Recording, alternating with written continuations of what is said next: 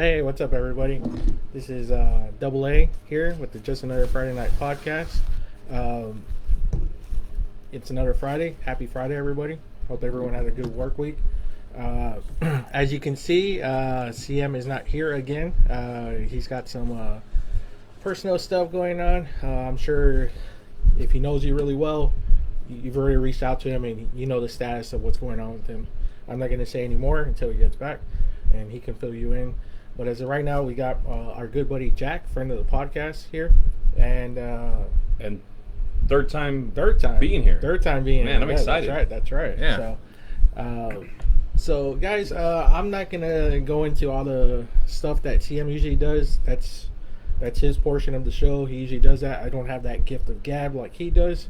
So we're just gonna get straight into it, and we're going to talk about a subject that's very near and dear to me and Jack over here. We're going to talk about Dragon Ball, the whole Dragon Ball universe. Dragon Ball, Dragon Ball Z, Dragon Ball GT, Dragon Ball Super, maybe some of the games, maybe, yeah, maybe some of the books. I don't know.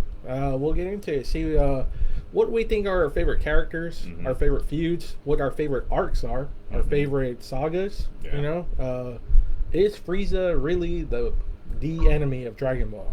You know, is Goku really, should he be the hero of the universe? You know, so we're gonna get into it right now. So Jack, thanks for coming on tonight. Thank you for helping me. Yeah, of course. I mean, my pleasure. Like I said, when you texted me and asked, I was like, without hesitation, I was like, well, hell yeah. Well, actually, I said, as long as it's a subject I know. When you said Dragon Ball Z, I was like, hell yeah. I was like, I'm down. Yeah. So all right, so let's get into it, man. So I don't know about you. I got into it around 96.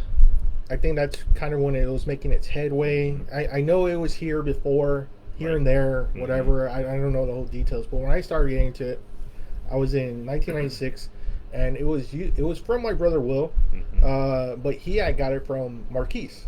Oh, nice. Marquise was, he went to CM's house. And Marquise was there watching Dragon Ball Z. Wow. And what caught Will's attention, he said, was that it was that arc where Vegeta's kicking Nappa's ass. Oh, yeah. And he's like, what the fuck? Like, he was like, yeah, what's that little dude kicking that big dude's ass? Right, you know? yeah. And he's like, without no, knowing. man. And Marquise is like, no, man, no. He's fucking way stronger than that dude. You know, that's his guy. That's like his henchman. Man. You know, so William came home after that, that few days. He was over at CM's house, and he was like, man, you got to watch this, right? So I was like, okay, I'll give it a try. Hooked right away. Where I started watching it, it was Monday through Friday. I started watching it right where Vegeta thought he was a Super Saiyan and he was going up against Frieza's 1% stage. Yeah. And that's where he got his ass kicked thoroughly. And then on Saturdays, it would come out like at night. And at that time, they were training for the Saiyans coming for Vegeta and Nappa. So I was kind of watching it two ways. I was watching it almost at the beginning, and then I was watching it during the Frieza part. Right. So I had missed a good chunk, but I mean, immediately I was hooked. What did you think when you first saw it? So you probably don't remember this, but I mean, the reason I got into it was because of you. Oh, okay. Yeah. Okay. Because I remember being over at y'all's house, and I remember you watching it, and I was like, what's he watching? And then I was just paying attention a little bit. I was like, that's pretty good. And then I remember just little by little, I would watch, and I was like, man, I got to see this. And then I remember the first time I actually got, like, the whole series, if you will. I was going online, and then back then, obviously, being online wasn't as good as it is now. Yeah. So I went online, and I downloaded some torrents, and I was able to download, like, all the Dragon Ball, Dragon Ball Z, all that. And it was early on. Some of them I had to fight through viruses and all that kind of stuff. But real bad. But yeah, I was able to download them. I was like, man, this is sweet. So that's how I started watching them all. Okay, so where did you start? Like when I first started, I think when I started watching it, when you were watching it, it may have been around I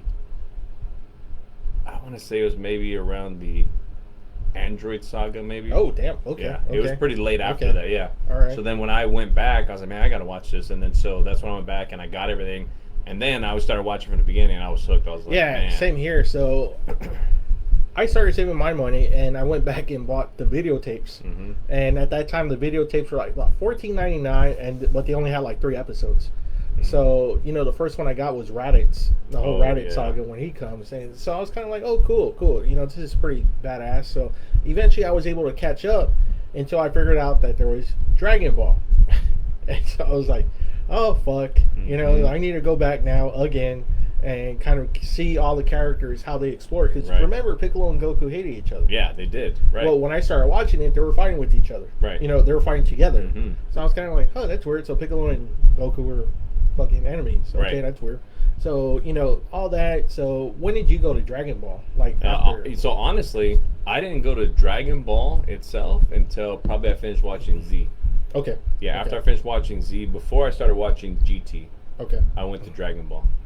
And you know, Goku and Piccolo early on, even in the Raditz saga, they were like frenemies. Yes. Piccolo, I mean, Goku didn't hate him obviously, but Piccolo still had it out for him. That's why he freaking was like, all right, cool, I'm gonna do the special being canon and kill you too. You know. So I think they were kind of frenemies at that point. But yeah, so I started watching Dragon Ball after I finished Z, and I was like, man, I had the hunger for more. And then the only reason I remember is because you were talking about Dragon Ball. And I was like, I got to see this. And then that's when I went back and started watching Dragon Ball. Okay, so let's start kind of like right there. Dragon Ball. What do you think of the series? The first part, everything. The beginnings of Dragon Ball Z.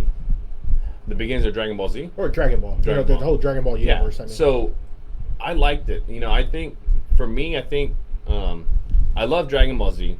I love everything about it except for the 15 episodes for like... The fillers. You know, yeah. I was like, come on. All these fillers, all this bullshit. And then also, you look at how long some of the fights took, you're like, man, fucking, that spanned over episodes. Or the power-ups. The power-ups, yes. Jeez. Yes, oh my god, the power-ups. I was like, so man. Dragon Ball felt a lot better. The action went by smoother. Yes. You know, and there was really no hints of aliens whatsoever. No, not at all. No. Right? I mean, you had strange looking. I mean, you had Oolong, the talking pig. Yeah, you had bears and shit that were talking. Yeah. And so, but I like Dragon Ball a lot better. Like, when I watched it, I had a better love for it because I remember I was like, man, like that Tournament of Power, I loved it. It was just the feel of it. Yeah. It was like watching a heavyweight fight, and I was like, man, I love that part. So when it went to Z, I missed that. I missed the Tournament of Power. I know they did it just a little bit, but nothing like they did in Dragon Ball. No. And I love that. You know, that's the piece I love the best. So that's what really got me too about Dragon Ball was the tournaments. Well, the training too. The training was pretty cool when they went to Roshi and then you know him and Krillin training. But the tournaments, man, they were so badass. The fighting styles was really great. You know, the animation was really cool. They really focused on the martial arts of in Dragon Ball. There was no beams. There was no super speed. You know, none of that shit. It was just straight up hand-to-hand fighting. Hand-to-hand fighting, right? Yeah. And it was pretty damn cool. And we got introduced to a lot of pretty cool characters. You know, the other human characters. You know. King Choppa. Yeah. You know, he was funny. You know, that poor dude that was fighting for his village so he could win and get some water. And then, you know, Roshi tells him, right here. You can just, he's like, it's free. You know? Yeah. What was his name? I always think of him like as like Dawson. I forget his damn name. Yeah, I forget his damn name. Yeah, I know, me too. And, you know, it's cool too. You know, we actually see Master Roshi kind of like still powerful. Yes. And he enters a tournament to make sure that Goku and Krillin doesn't win. Yeah. And we see what a badass Roshi was, right? Yeah, I mean, because in Z, it's kind of like, he's just this old pervert. Right, yeah. He doesn't really show anything anymore. Right. But in Dragon Ball, it was like, holy shit, man, this guy had moves. This guy was a smart fighter. You know, at one time, he was said to be the strongest fighter in the world himself. So, I mean, that was pretty cool about Dragon Ball. Krillin, you kind of see that dickhead part of him, you know, in the beginning, you know. But Goku still kind of like that same kind of like spirit fighter, you know, just wanting to get better, wanting to become number one, wanting to be strong. You know, I mean, it's kind of nuts, right? I mean, but it was cool how they did it. So, at the end of that tournament, Master Roshi wins under the assumed name Jackie Chun, which is a play on I would assume Jackie Chan. Jackie Chan, yeah. Goku, you know, sets out, you know, on more adventures. I think it was the Red Ribbon. Yeah, Red Ribbon Army. Okay, so that whole thing is probably like I think it might be the longest arc in Dragon Ball. I think. Yeah, it definitely was.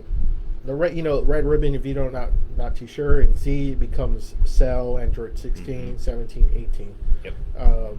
But here is this massive army that's planning a global takeover, I guess, and Goku just beats them all one by one. We get introduced to General Tao. Yeah, General Tao. General Blue. Yeah. General Red or President, whatever his fucking name is. You know, so and he goes through that whole army. You know, boom, boom, boom, all on his way to pretty much, you know, for the second tournament. Yeah. Now this tournament might actually be my favorite out of the three.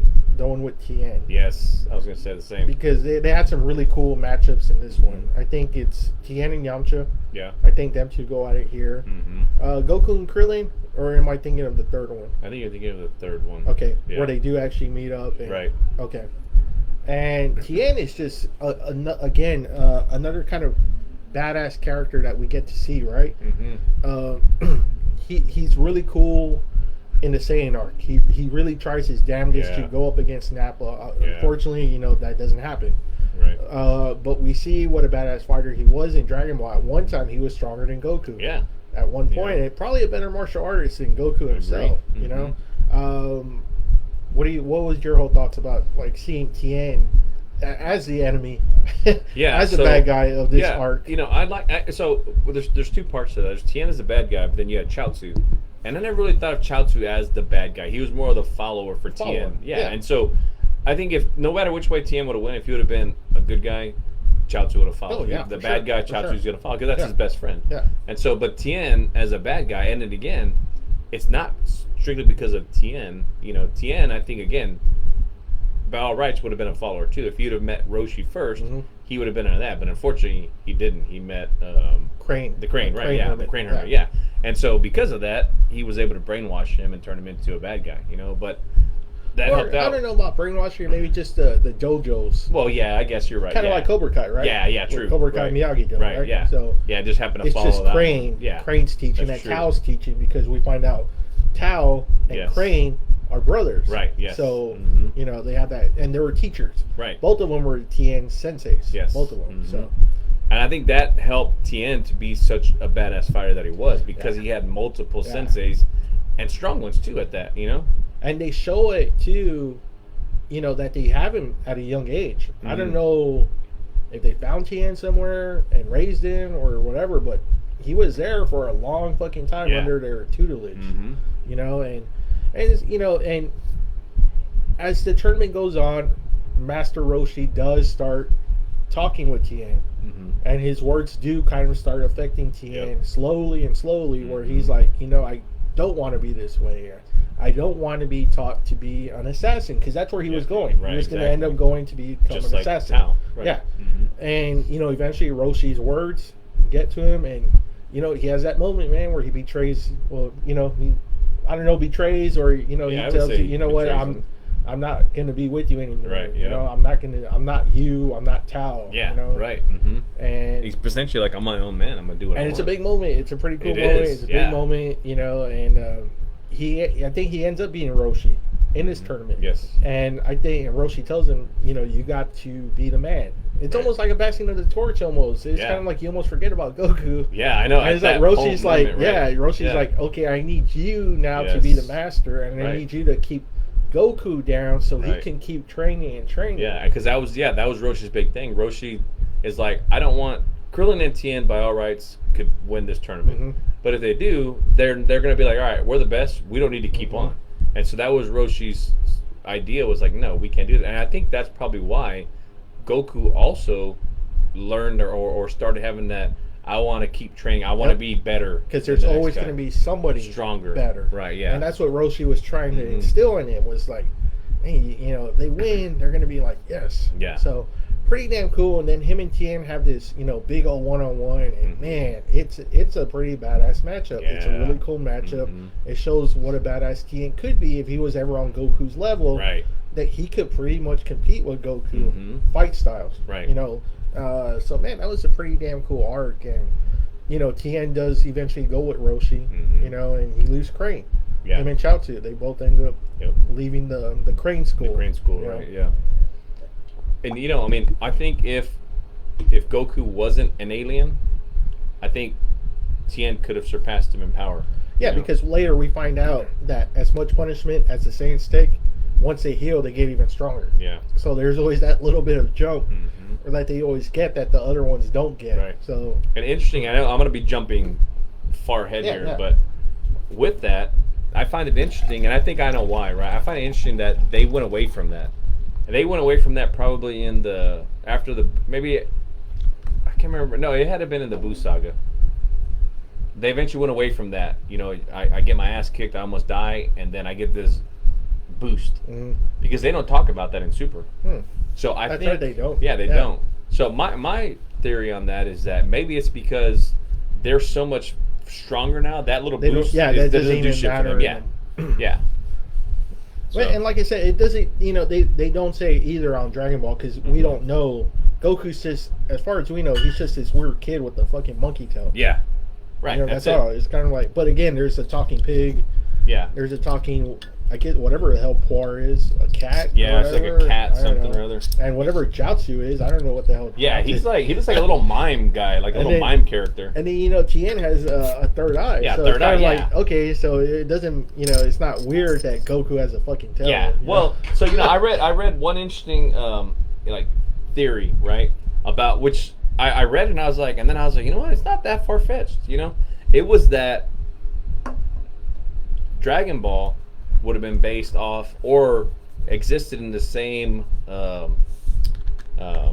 universe as like the Mario Brothers, which is weird to think about it, but think about it, right? Mario Brothers flying fish, fucking there's flying fish in there, right?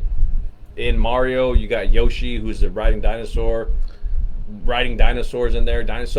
So it's not that far fetched, right? And then when you think about it, the episode where Goku in Dragon Ball has to go and save Bulma in the castle. Well, that's like Mario saving Peach in a castle, you know. So I read that, I was like, you know, that's not that far fetched, you know. So it could be that. I don't know. And then Mario throws fireballs. These guys end up throwing fire out of their hands. I mean, yeah. So it's like, yeah, that's that's interesting.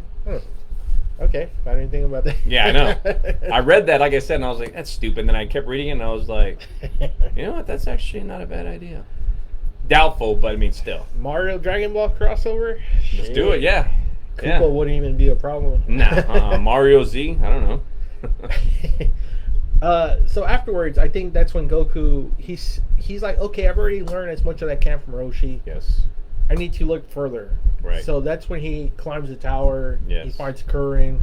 And I love that. Like, I love how so the stories were well written because that right there, the Krillin tower, it all goes into Z later on, you know? And I love to go back onto the training. I love the training because when you look at their training that Roshi gave them, to them, they're just like, why are we doing your fucking errands? Like, go do them yourself, right? You know, why are we digging your fields and all this shit? Little did they know, no, you're strong. So, remember when they fought, I forgot, I'm going to say Stinkor, I forgot that big fat. Oh, yeah. Yeah. Yeah, Krillin's like scared as shit, right? Yeah. And then next thing you know, Krillin's like, he fucking hits him with one, and then he's out. And he's like, I think we're stronger than what we think we are. Yeah, so like, Roshi's having a training with like weighted, you know, a turtle shell. Yeah, a turtle shell that's weighted. And he's making them, like you said, do yard work and everything, not knowing that their bodies are getting stronger and stronger. And before faster. Faster. Before you know it, they're like, holy shit, one punch can knock out, you know, a giant guy. Right, you know? And then there was that one in a tournament where he ran, next thing you know, he almost fell off because he was so damn fast, you know? And so they're like, holy shit, that's why Krillin's like, I think we're a lot stronger than we think we are.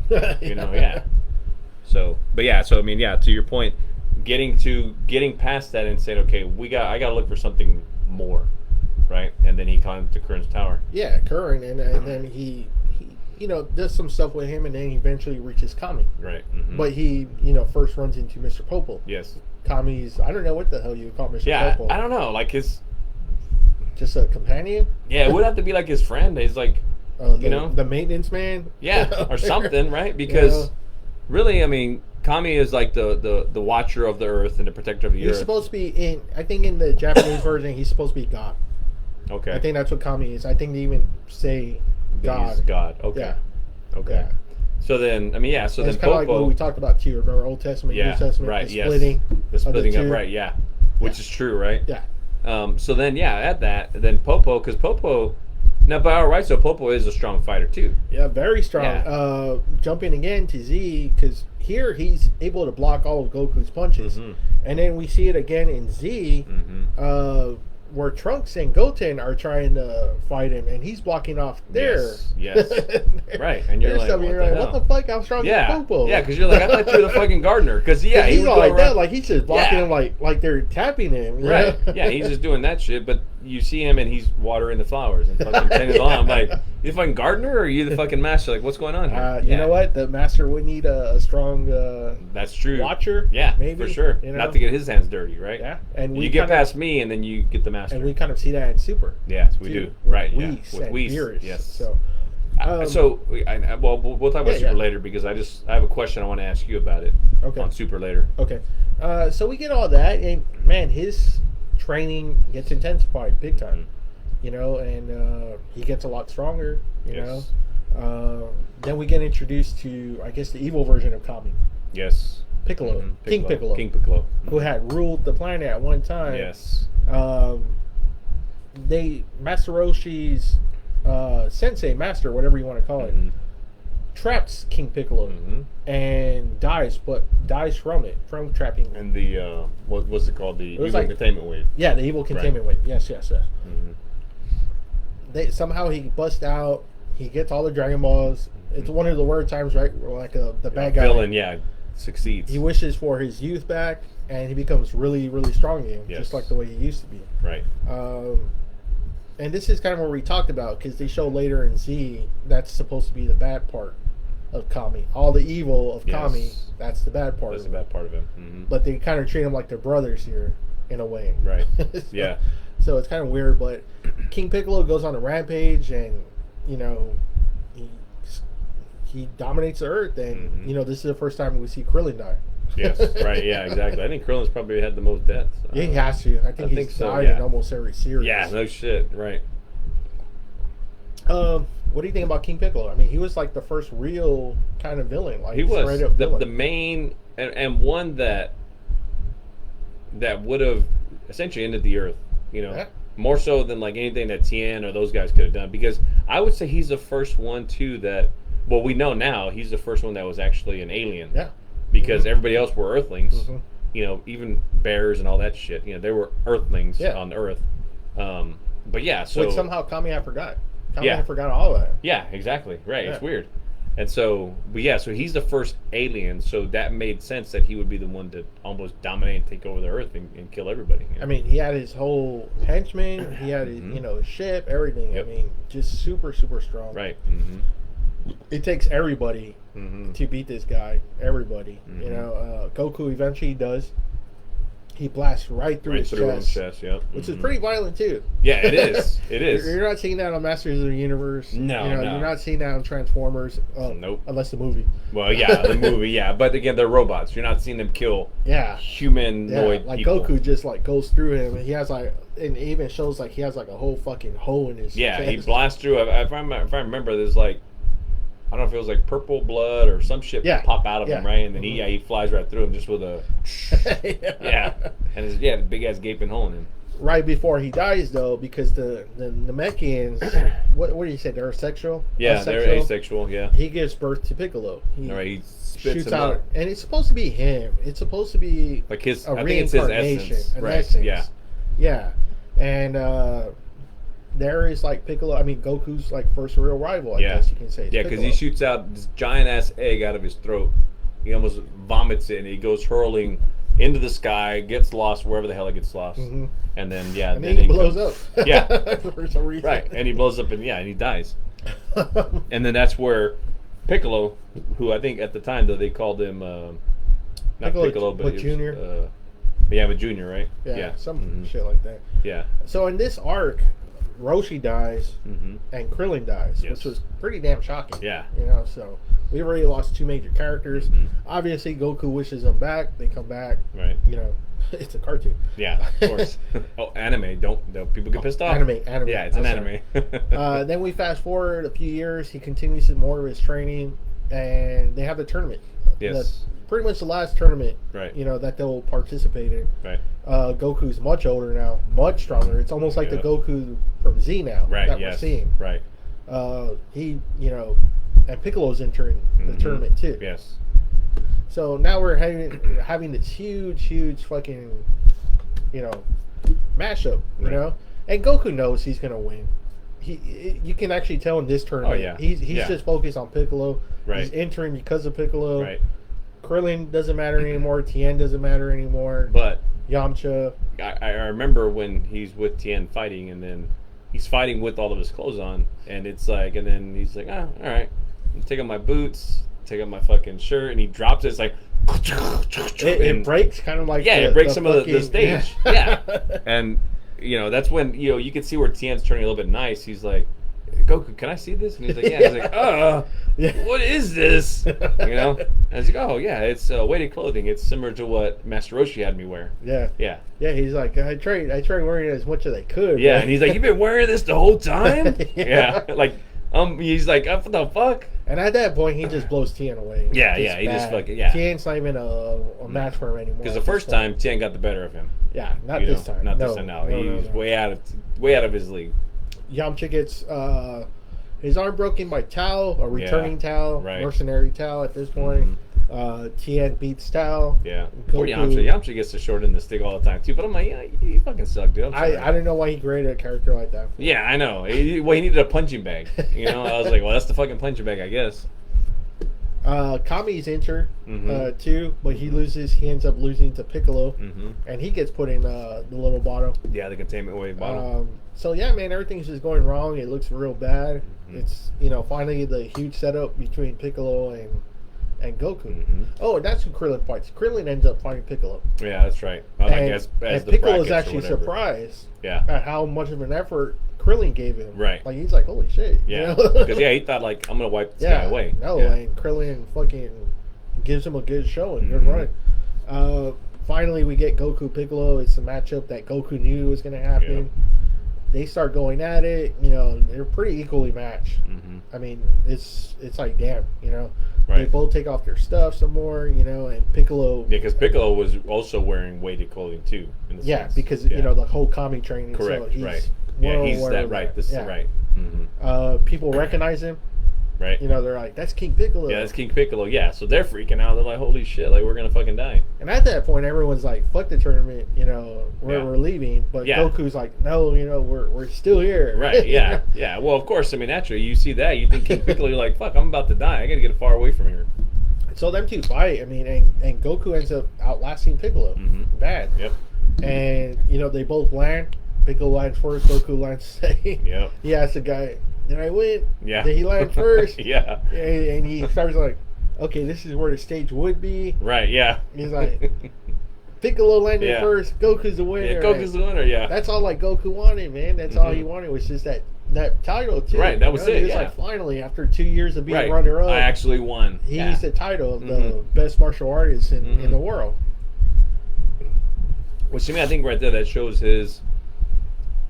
him being naive. And then also, because it's like, that's not what it's about, Yeah. For him, it was like, no, like, the fucking guy was going to end the fucking world. And you care about fucking winning a title? Come on. Well, he beat him. He was he did, right, It's over. I can kick this guy's ass. Yeah, that's true. Yeah, for sure. But yeah, I thought that was funny, too. It was like, hey, he's like really fucking happy he won a damn title. Yeah, right. He won a fucking belt, basically. I'm like, come on, dude. And then right after that, him and Chi-Chi get married, and I still think that's funny because remember, like when they were younger, when they met, she's like, "You're gonna," she fucking trapped him. Yeah, she did. It was a fucking thirst trap because he was an idiot. You're gonna marry me one day. He's like, okay, and then like he's like, he didn't know what the fuck that meant. He was like, I thought that was a food. Yeah, he didn't know what that meant. He was like, what? And then when they get married, he's like, oh shit, yeah. Well, I mean, eventually he does get around to liking the marriage because he ends up having a kid at the beginning of the season. Yep, yeah, he sure does. So that pretty much ends Dragon Ball, that whole arc. It's just really him. What's just really cool about Dragon Ball is just, the building up, the making the friends with Tien, Yamcha, Krillin, Roshi, Bulma, and... Well, we didn't talk really about, like, so his coming to, right? So his ship lands in... Do they show that in Dragon Ball? I didn't remember. Well... Yeah, they do because they talk about how he ends up killing Gohan. So his grandpa, his name is Gohan. So Goku, what Double A had said earlier is that he has a tail. So obviously he turns into a giant ape, and so Gohan knew that at some point he saw, oh shit, he turned into a fucking ape under the full moon. So he kept trying to keep him like in check, and then one night he turned into an ape.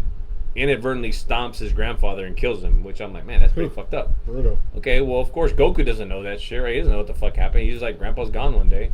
No, and we find out later that, you know, it's certain Saiyans that are powerful enough that can control themselves. Yes. When they are great apes. Right. But usually, you know, when it's kids, they they have can't. no Like, idea. they have no control of their power at all, you know? They're just wild beasts blowing up Right. shit. That's all they do.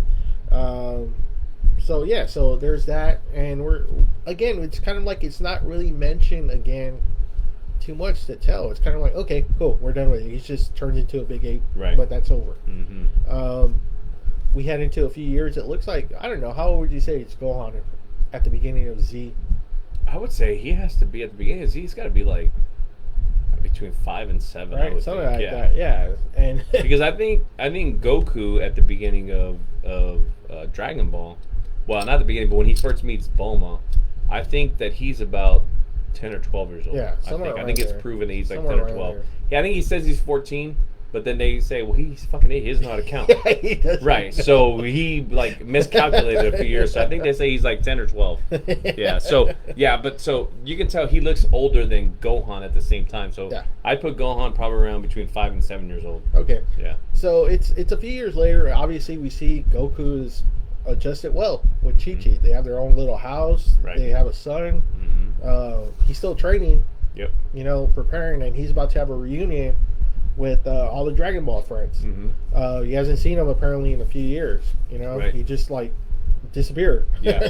So they're all meeting. Which I'm gonna foreshadow something that happens quite a bit with him disappearing. bad, real bad, Yeah. real bad. That's why I never put him on the best fathers list. That's right. ever. He sure as hell ain't. So He's more like my dad. He was never there. So we see it. They all get reunited at Master Roshi's house, and he introduces Gohan. They're like, Yep. "What the fuck? Yeah. When did you have a son?" A son, right? Yeah. Yeah, and he, you know, everyone's just happy, And Gohan has a tail. he has a tail too. And they're like, "Oh shit!" You know, Yeah. they remember obviously Right. what happened. And they're like, Right. "Oh no, Gohan Yes. has one too." Right. But Gohan's like not like Goku at all. Like the way you see it, Dragon Ball, very timid, very Right. scared.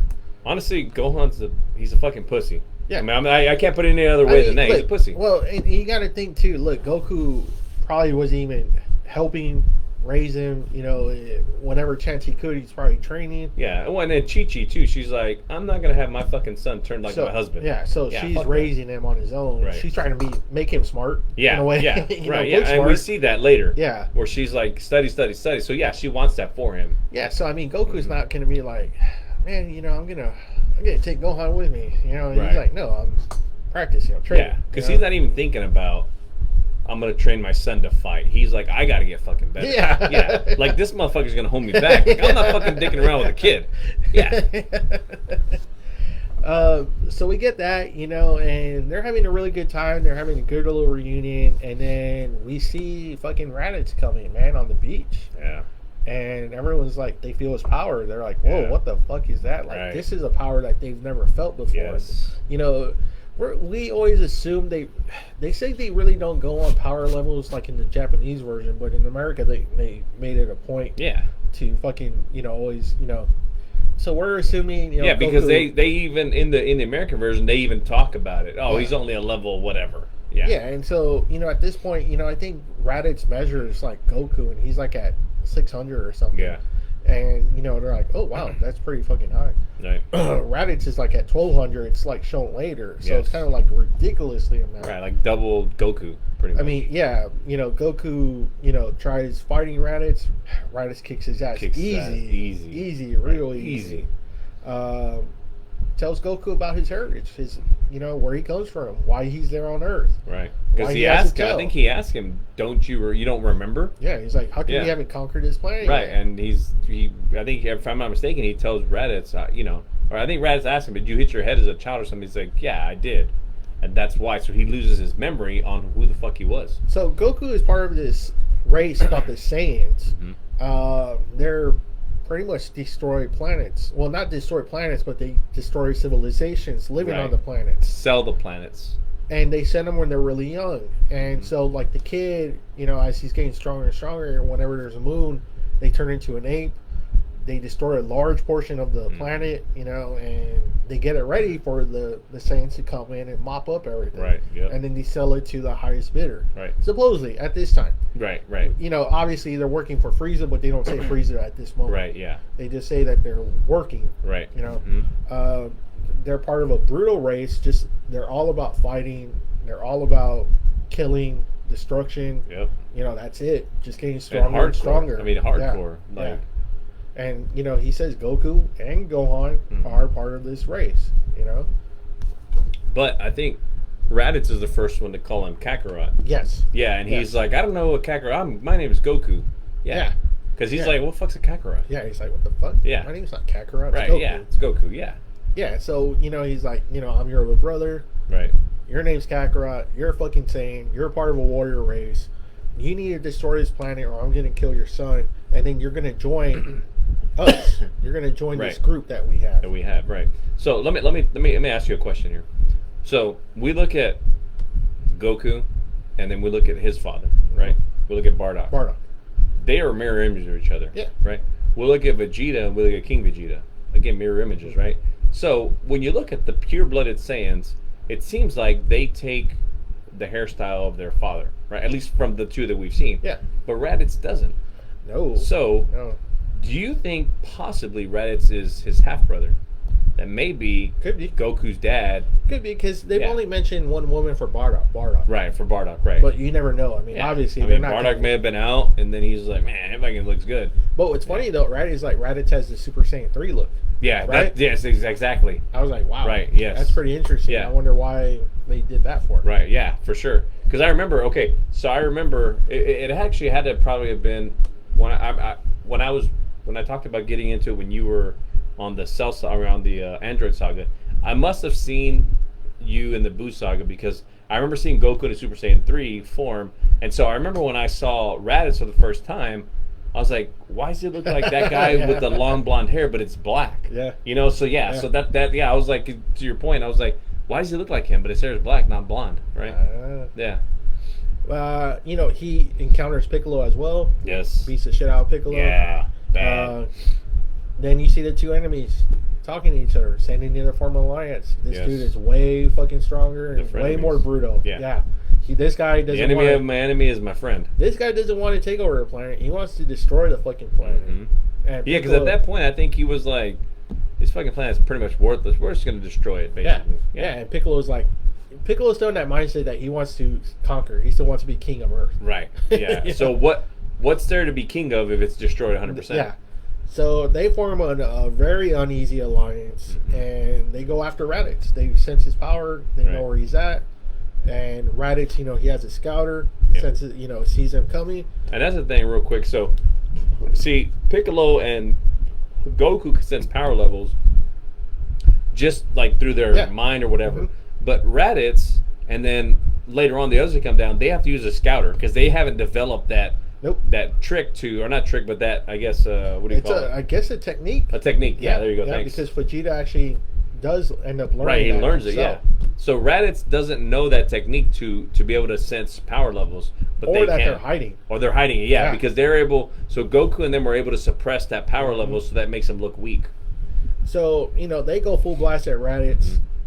Raditz is just super fast, super strong, beating the shit out of both of them. Yes. You know, after seeing Dragon Ball, I bet you the people watching Z were probably like, holy shit, this is fucking nuts. Yeah. You know, Goku and Piccolo have always been able to be the top dogs, and now they're just like getting their asses handed to them. It's not really until Gohan, something sparks Gohan, that it's able to hurt Raditz enough for them to are able to get the advantage. Yeah, because Raditz had locked Gohan into the space pod, space pod. That's right. Yeah. He locks him in his space pod. You know, you're a brat, blah blah. So he's like, man, you're like almost like what you saying. Like, you're a pussy. Yeah, you're a fucking pussy. Like, because he takes him. Yeah, he takes him. He pretty much tells him like, you're gonna turn into a great warrior. And he's, of course, fucking Gohan. Half the fucking first, he's crying all the fucking time. I'm like, man, he's like, stop crying. Yeah. He's like, stop fucking, stop your crying. So he locks him in a space pod, and then they're fighting, and Gohan's hearing all this shit going on. And, like, it's something... And mind you, again, like I said, Gohan's probably 5 to 7 years old. Yeah. And so he's seen his dad get his ass yeah, kicked. he's seen his dad get his fucking ass kicked. For all his time, you know, Goku's always been the strongest. the Always been able to strongest. take care of everybody. Right.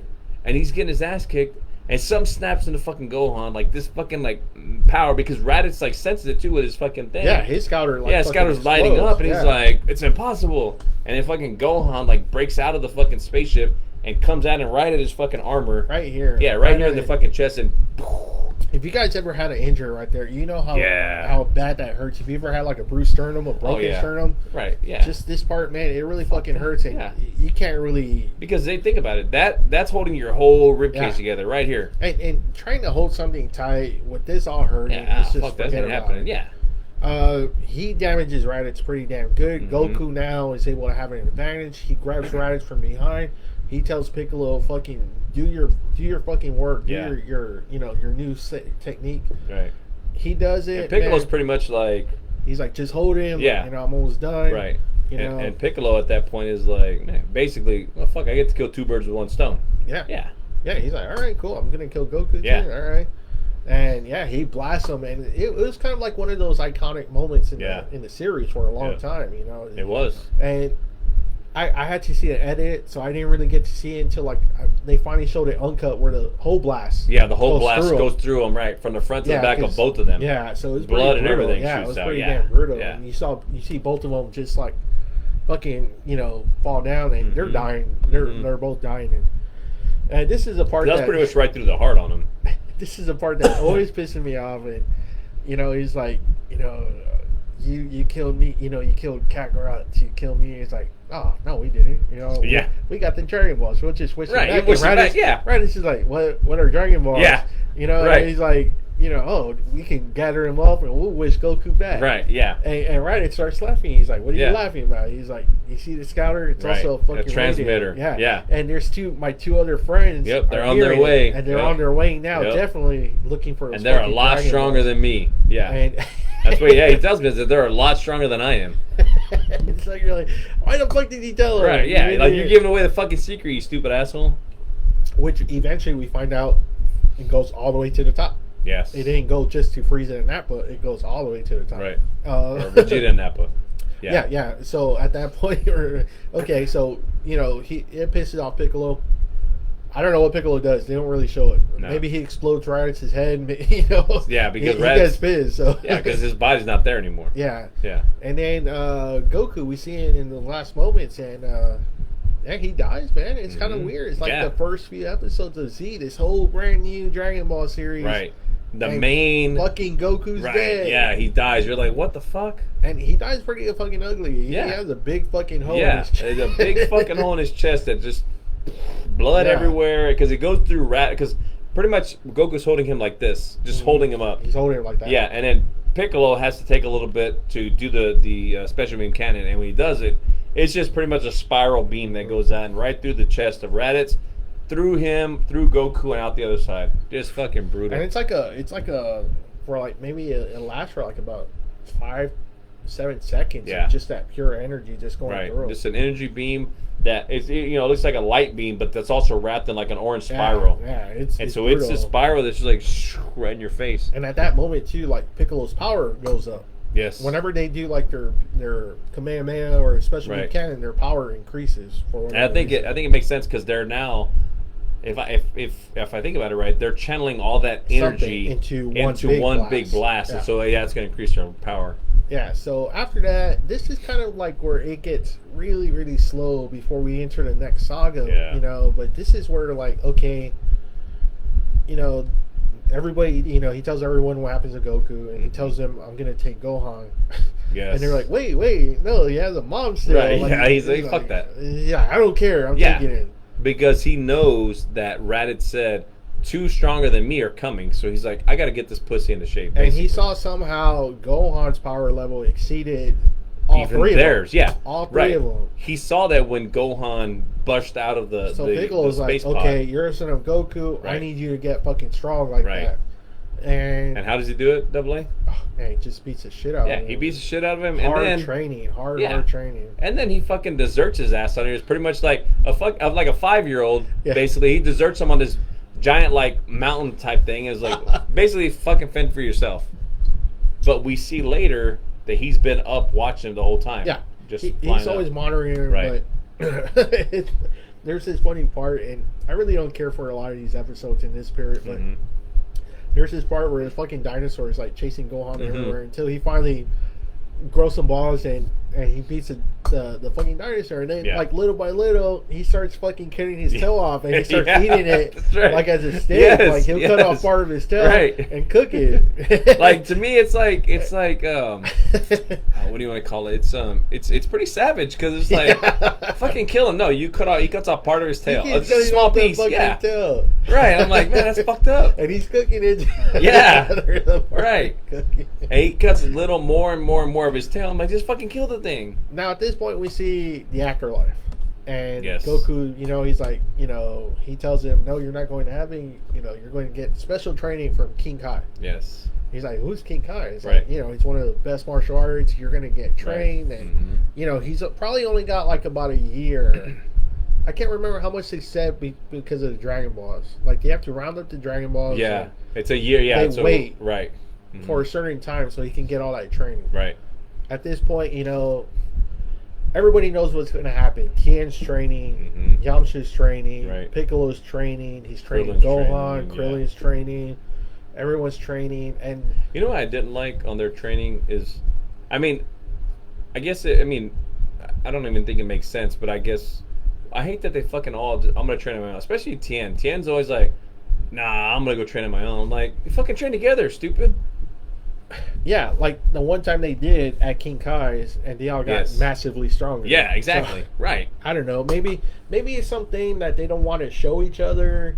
Yeah, still maybe. Competition between right. them. Yeah, I don't want you to learn my moves. I don't know. Yeah, true. Because the only ones that ever work together are Goku and Piccolo. Those are like the only two guys that ever seem to really work together. Right, for sure. There's a whole bunch of filler episodes in this series. Like I said, there is one really cool episode, and I forgot how they do it, but somehow they transport Tien, Yamcha, and Krillin to planet Vegeta. Like before, when it was real savage. Do you remember that episode? They get transported somehow. Man, that's new on me. I don't remember. I don't remember. I think it's Baba. I think it's Baba takes them back. Oh, okay. And they're fighting these it's like primitive planet Vegeta. Bad. Real bad. You know what? Now that you're saying that, I'm starting to remember that. Yeah. And they get their asses kicked bad. Real bad. Yeah. And they come back and they're kind of like, they have like this fucking look on their face like wow, we got our asses kicked. And here's like, it's bad. They tell them, what's bad? Those Saiyans were not even as strong as the Saiyans that are coming. Yeah, exactly. And they're like, holy shit. Yes. Right. Yeah, that's true. Holy fuck, I remember that. And because they got their asses smacked. They actually die, I guess, Right. And they're like, holy shit, So they really start pumping it up. They really start intensifying the training. Everyone intensifies the training. Gohan eventually becomes pretty good. He's still a little soft, but he's a lot harder than what he used to be. Right. Eventually, the time has come. Vegeta and Nappa come, and we start the new arc, the Saiyan arc. And man, what an arc this was! Yeah. I mean, and Nappa was a big fucking guy. Like all my characters back here, if I had to say, Nappa is probably like the size of height wise of maybe this Boo. I mean, he's a big fucking guy. Big, strong. Muscular. Like no fat on the guy at all. They crash down to Earth. And right away, he pretty much destroys the whole city. Yeah, right off the bat. Right, yeah. And it's just him, and you're just like, whoa, holy fuck, you know? And they're looking for these powers, the power levels of all the fighters. Right. And they eventually all meet up. It's Vegeta, Nappa against the Z Fighters. The Z Fighters, what's big known as the Z Fighters. Yeah, Tien, Jiaozu, Yamcha, Piccolo. Piccolo, which is weird too. They're all like, oh wow, Piccolo's with us too. Yeah, right. And he's acting like kind of like as the leader of the group. Yeah, because really, he's at that point he's definitely the strongest out of all of them. Oh yeah, by far. Yeah.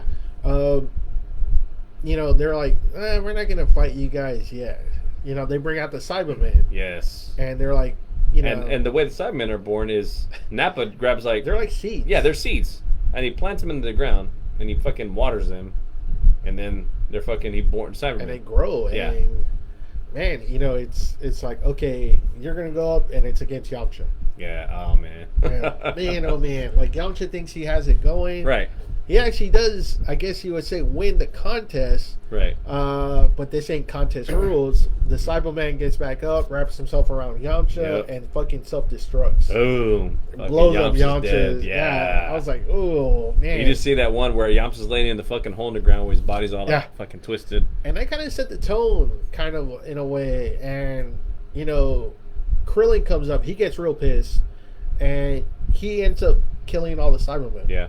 You know, so it's like, okay, who's next? You know, he's like really pumped. He's really fucking angry. And, you know, Nappa comes in.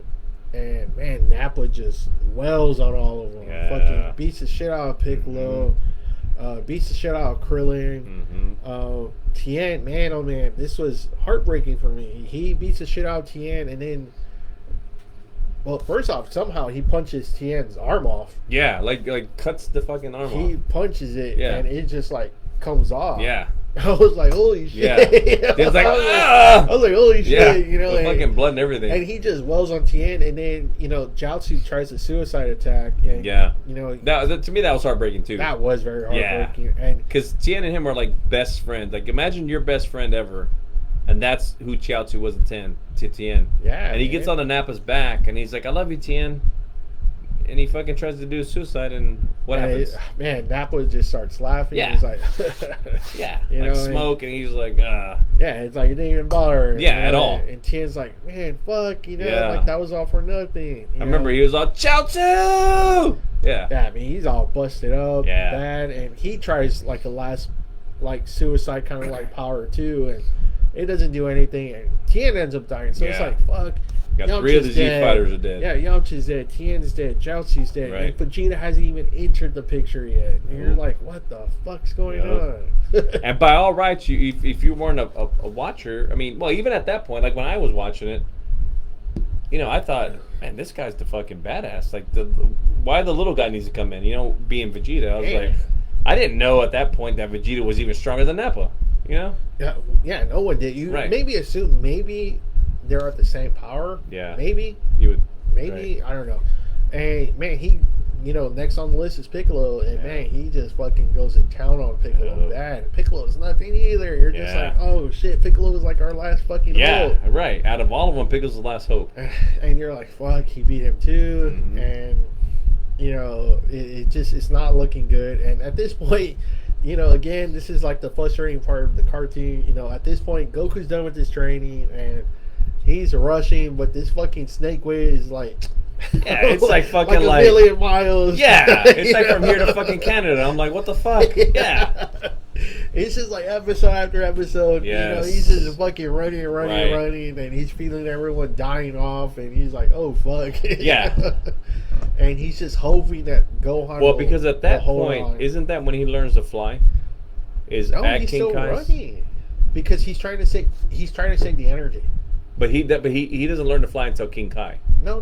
He learns how to fly from, I think, Kami. I think by then he already knows how to fly because he's flying against Raditz. I don't think so because remember when he goes to King Kai. Remember King Kai's planet was like way heavier than Earth. Yeah. And so he wasn't able to walk. Yeah, I remember he struggled bad. Yeah, that's what I'm saying. I think he doesn't fly until. I could be wrong, but I thought he'd fly because he's like, oh yeah, I can fly, and then he's like, well, I gotta conserve my energy. Yeah. Yeah, maybe I might have my facts mixed up. Yeah, I trust you more than myself. Yeah.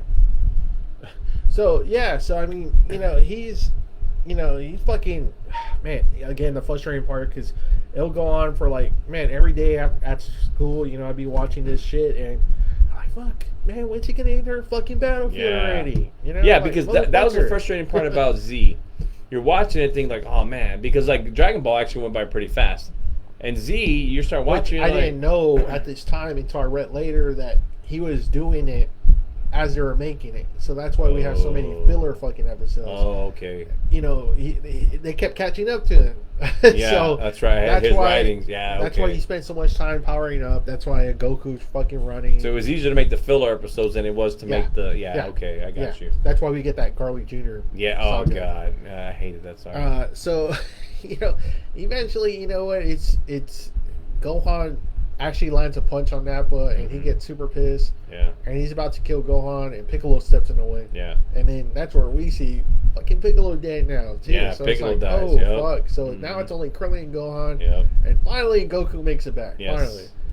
And, you know, we just see his new power, man. He fucking wells on Nappa. Yeah. No problem whatsoever. Kicks his ass. Kicks the shit out of Nappa. Kicks his ass all over the place until Vegeta has enough. And he's like, you know what? Just get the fuck off the field. Right. You know, you already embarrassed us. Yeah. At that point, you know, Nappa's like, you know, okay, I can't fight Kakarot. I'm going to go after Gohan and Krillin. Yeah. He's about to go after him.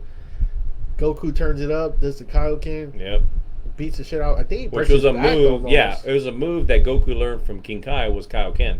Yeah. So Kaioken basically doubled his strength, his power level. Yeah. It doubled it by doing Kaioken. But he couldn't do it too high, or Right. else it could explode. He could, yeah, too high or too long because it could kill him, basically. So, yeah, he throws Nappa at Vegeta, you know. Yeah, well, he throws Nappa in the air, and then Nappa lands on his hand like that. Yeah. And I think that might have been what. But then like, he throws hurt him to Vegeta. Yeah, to He's Vegeta, like, right? you know, Yeah. Here, Right, you know, yeah. he's your fucking guy. Right, you yeah. know? Basically, like, look, here's this piece of shit. Right, what do you got? Yeah. Right, and then what does Vegeta do? Oh man, then this is how we find out how fucking savage he Yeah, is. He grabs his man. fucking hand because Nappa's like, you know, help me up. You know? Yeah, And he's like, yeah, okay. yeah. He's like, yeah, You know? come on, bud. He fucking grabs it, and man, he fucking tosses him in Yeah. the air. He's like, what are you doing? Yeah. He's like, man, you know, you fucking suck. You're weak. Yeah. You know?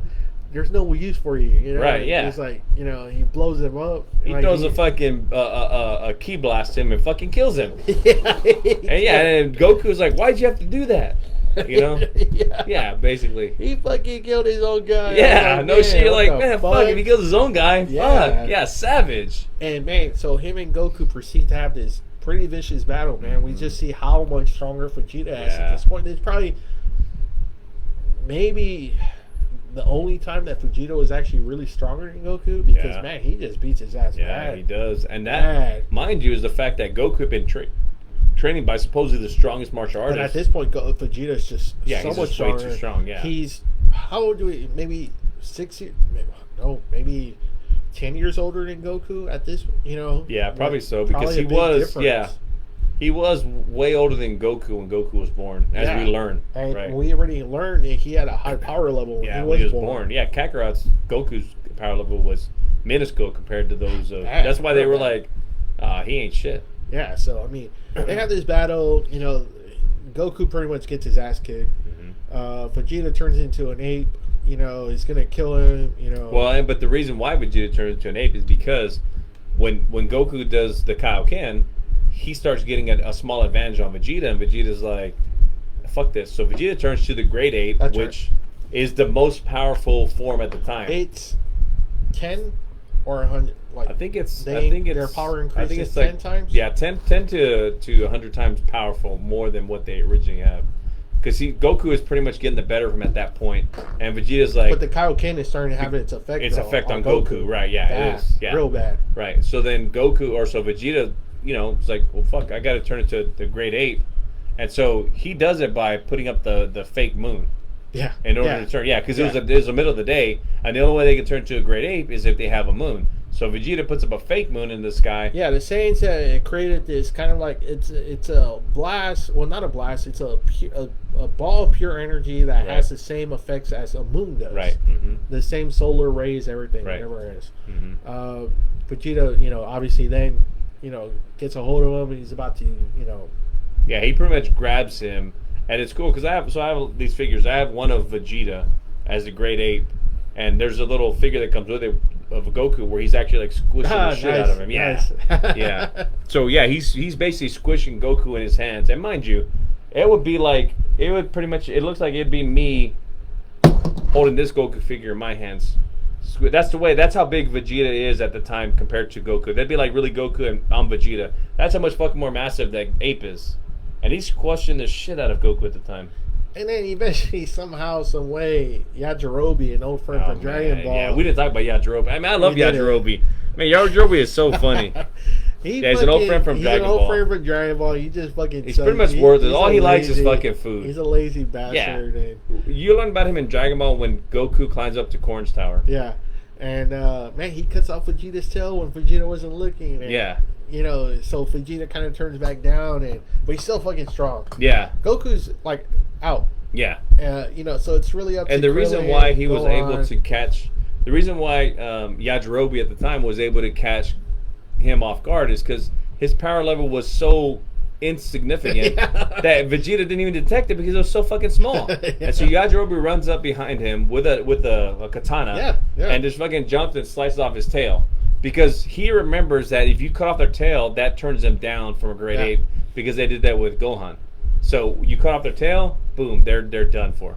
And then the guys figure out, like, somehow Gohan's fucking tail has grown back. Yeah. So they grab fucking Gohan and tell him, look at that blast. Yeah, he turns into a great ape. And he starts waiting on Vegeta. Yeah. But Vegeta's able to handle him somewhat. He's still able to, you know, handle him. But, you know, eventually he makes a disc of his own. He cuts off Gohan's tail. Yes. Like, fucking Gohan, he falls landing on Vegeta. Yeah, that's the thing. Vegeta can't move anymore. He's like, oh shit, I can't get around here. Yeah, so as he cuts off his tail, Gohan starts falling. And imagine that's me falling on one of these figures right here. Crush the shit out of Vegeta. Yeah, pretty much like, you know, cripples him almost. You know? I mean, not that bad, but yeah, like Vegeta and a naked Gohan are on the floor. Yeah. And Vegeta with his fucking, he's like, you know, he's trying to pep himself up. He's like, man, you're the Prince of the Saints. You're the strongest warrior in the universe. You know, just a little bit more. He's trying to get to his fucking pod so he can leave. And he gets there, and just as he gets there, Krillin fucking gets him with the sword. Yeah. Vegeta's so weak at this point that, you know, probably, a jab would have killed him. At this point. Krillin's about to do it. Fucking Goku comes in. Wait, Krillin, you can't kill him. Please, let him go. Let him, you know, he's like, but he's killed all our friends. Like, Krillin's like really pissed off. He's like, he's killed all our fucking friends. Everyone we grew up with. They're all fucking dead. They're dead because of this fucking guy. And you want me to save him? And man, it's actually a pretty cool moment. And, you know, it's kind of like, you know, the animation's really good because you can feel Krillin's pain because he's kind of like, man, you know, Tien's dead, Jiaozi's dead, Yamcha's dead, even fucking Piccolo's dead. Fucking sacrificed himself for us, and he lets Vegeta go, and Vegeta starts laughing. He's like, you know, you fuck, like pretty much he tells him like, you fucking idiot, you should have killed me when you had the chance, because when I come back, I'm gonna fucking kill you. I'm not gonna have mercy on you. And he fucking leaves, and Krillin's like, man, Goku, I hope you're fucking right about that. Pretty much, like, I hope you're fucking right about that, because you just killed us all, essentially. Yeah, like, this motherfucker's gonna come back. He knows where we are. He killed our friends, and he's gonna come back and kill us. And again, this is kind of like another long break before we kind of get to the next arc. It's a few episodes, just more training, more healing. You know, we get introduced to this whole new network of bad guys. We find out that Vegeta and Nappa really weren't working on their own at Raditz. They weren't really working on their own. They were working for this emperor that we keep getting mentioned over and over. Emperor Frieza, who's you know, controls the universe. Just about every part of the universe, there's a Frieza force. And so we get introduced to all these fucking new characters. With Piccolo dead, they're like, you know, well, shit, there's no more Dragon Balls. And then they find out about Planet Namek. And they're like, you know, that's where we can get the Dragon Balls, you know? And, you know, so that's their whole new arc.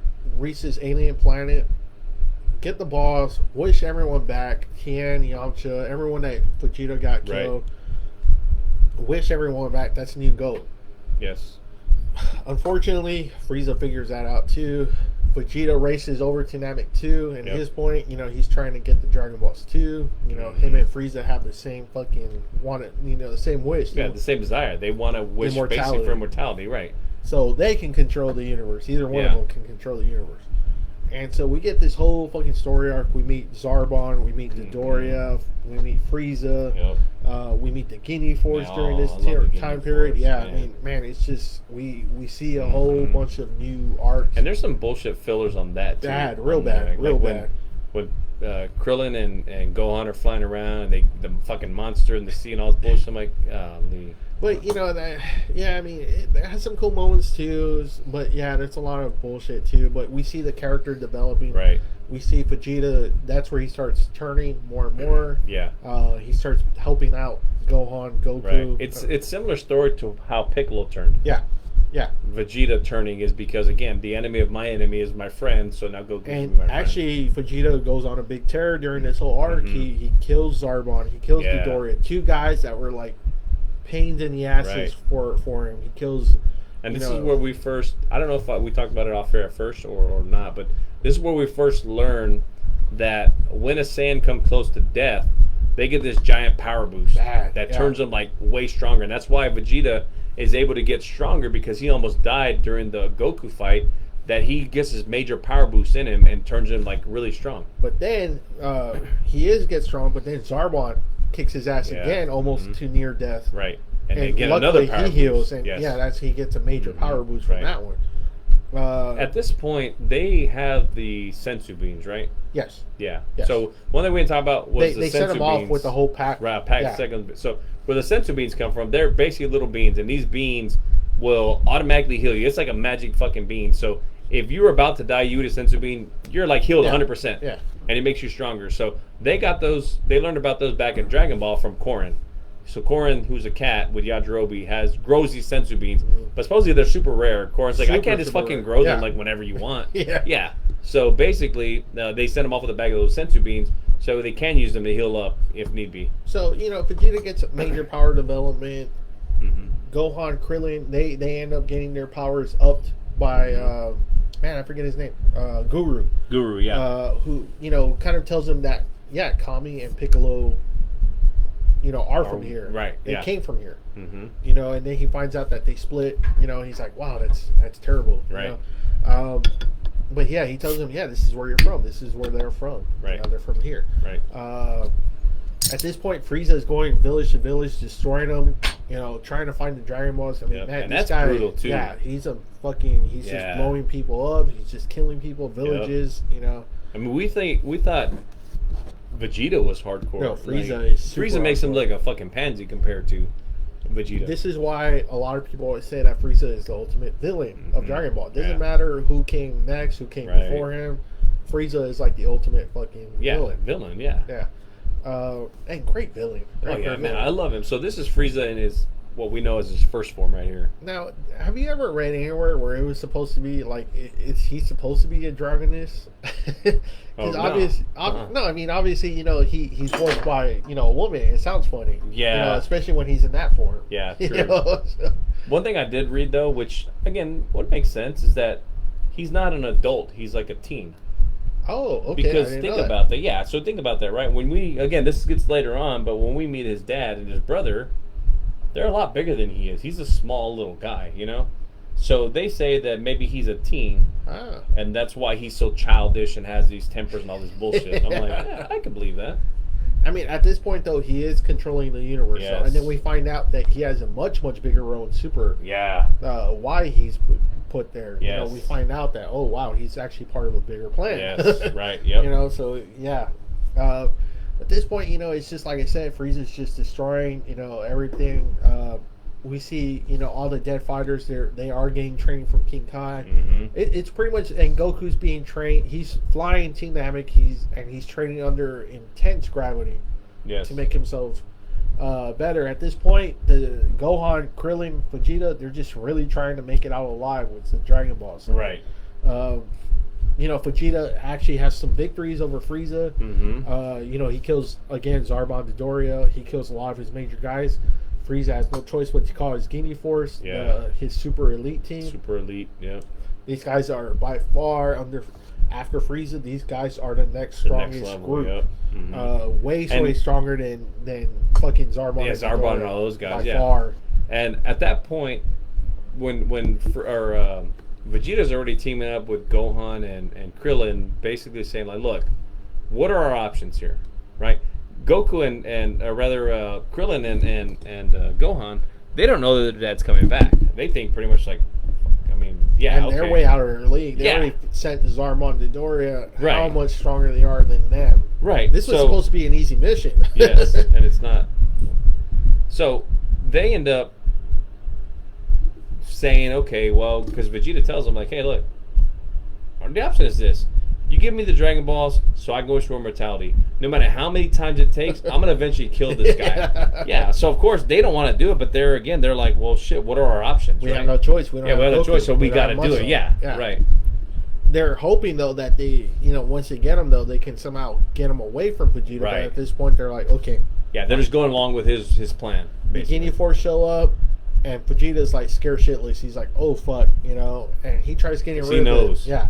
He knows who these fucking guys are. Right. He tries destroying, I think they have 2 or 3 of the Dragon Balls. He tries to destroying one. It disappears. And it's like, what the fuck? Where is it? They grabbed it. One of the members grabbed it. He tries chunking it. Yeah. And Birder gets it. And Birder's back before even Vegeta turns around, and he's like, "Oh shit," And yeah, man, this is next level stuff. Captain Ginyu probably at this point is probably second strongest fighter in the whole Frieza that we know of Frieza so far. Universe. Yeah. They well on him bad. Vegeta, Gohan, Krillin, they just beat him. Vegeta has some success against Godo, but then he gets his ass kicked bad. And it's at this point, finally, Goku arrives and is able to finally beat the Ginyu Force slowly, one by one. Right, one by one. Yeah. Even Birder and Chase, who, Birder is, the both of them, they're very Rakuba fast. is kicking ass, remember? At this point, true. Rakuba is just destroying them. Bad. Yeah, that's true. Real bad. Yeah, I think he breaks Gohan's neck. Yeah, because Gohan's like that. And then when he gives him the Senzu Bean, they're like, what the fuck? Like, what the fuck is that? Yeah. I love when Raccoon shoots a finger at him. That's probably one of the first time we see actually one of them throw a finger. Yeah, I was laughing. At this point, Ginyu's gone, so it's just Raccoon, Birder, Jace. I think it's just them three. Yeah. And at this point, Goku just takes them out one by one. Raccoon, Birder, Jace. I remember Jace and him. They did what they call it, I think red and purple attack or some shit. Where they pretty much those two were, as far as them two out of that team were the two that would double team together. And they had their own special move together. Raccoon was the muscle for sure. Yeah, he was. Yeah. He was probably the same size. He may have been taller than Nappa. Yeah. But again, he was the muscle. But he was he was stupid. Stupid, but man, scary fighter. Yeah, scary fucking fighter. Yeah. And he gets Raccoon out. He gets Birder out. Godo's down. Jace takes off. Yeah. And at this point, Vegeta kills him. He's like, no way, man, Jace. Because he was Australian for some fucking reason. Yeah. But Vegeta takes advantage of those three being down. He kills him. He breaks Birder's neck. He cuts the other one's head off. Yeah. I think he blasts Raccoon away. Yeah, he does. And Goku's like, why'd you do that for? He's like, trust me, these guys are dangerous. Yeah. To leave alive. So, he's like, Goku and Vegeta are teaming up, but they still got to get past Captain Ginyu, which proves to be pretty bad. Ginyu, figures Goku out, changes bodies, and there's that whole few episodes. Yeah, because Captain Ginyu has the ability. His best ability is to do a body change, so he can change. So we don't even know that's his real body, or not. Yeah, no, we don't. Right? It could, for all we know, that could have been a different body, but he can change. He can put his soul into another body, so he ends up putting his soul into Goku's body. So now Goku is in his body. But at that point, when he does that with a wound, yeah. So Goku wounds him. He's wounded horribly, pretty much almost to dead. Yeah, Ginyu punches a hole in his chest. Yeah, before he switches bodies. Yeah. And because Goku's like, "What are you doing?" Yeah, and then he switches bodies with him, so that way he knew Goku's gonna be in my body. He's pretty much gonna be dead. Yeah. So it's pretty bad. A few episodes, and Vegeta finally gets his hand on Jace, kills Jace. Then he beats the shit out of Ginyu. Or as in Goku's body. Yeah, because he thinks that's still Ginyu, not Goku. Yeah. So he's doing all that, and finally everything gets situated. Goku ends up getting his body back from Ginyu, and Ginyu gets stuck in a frog.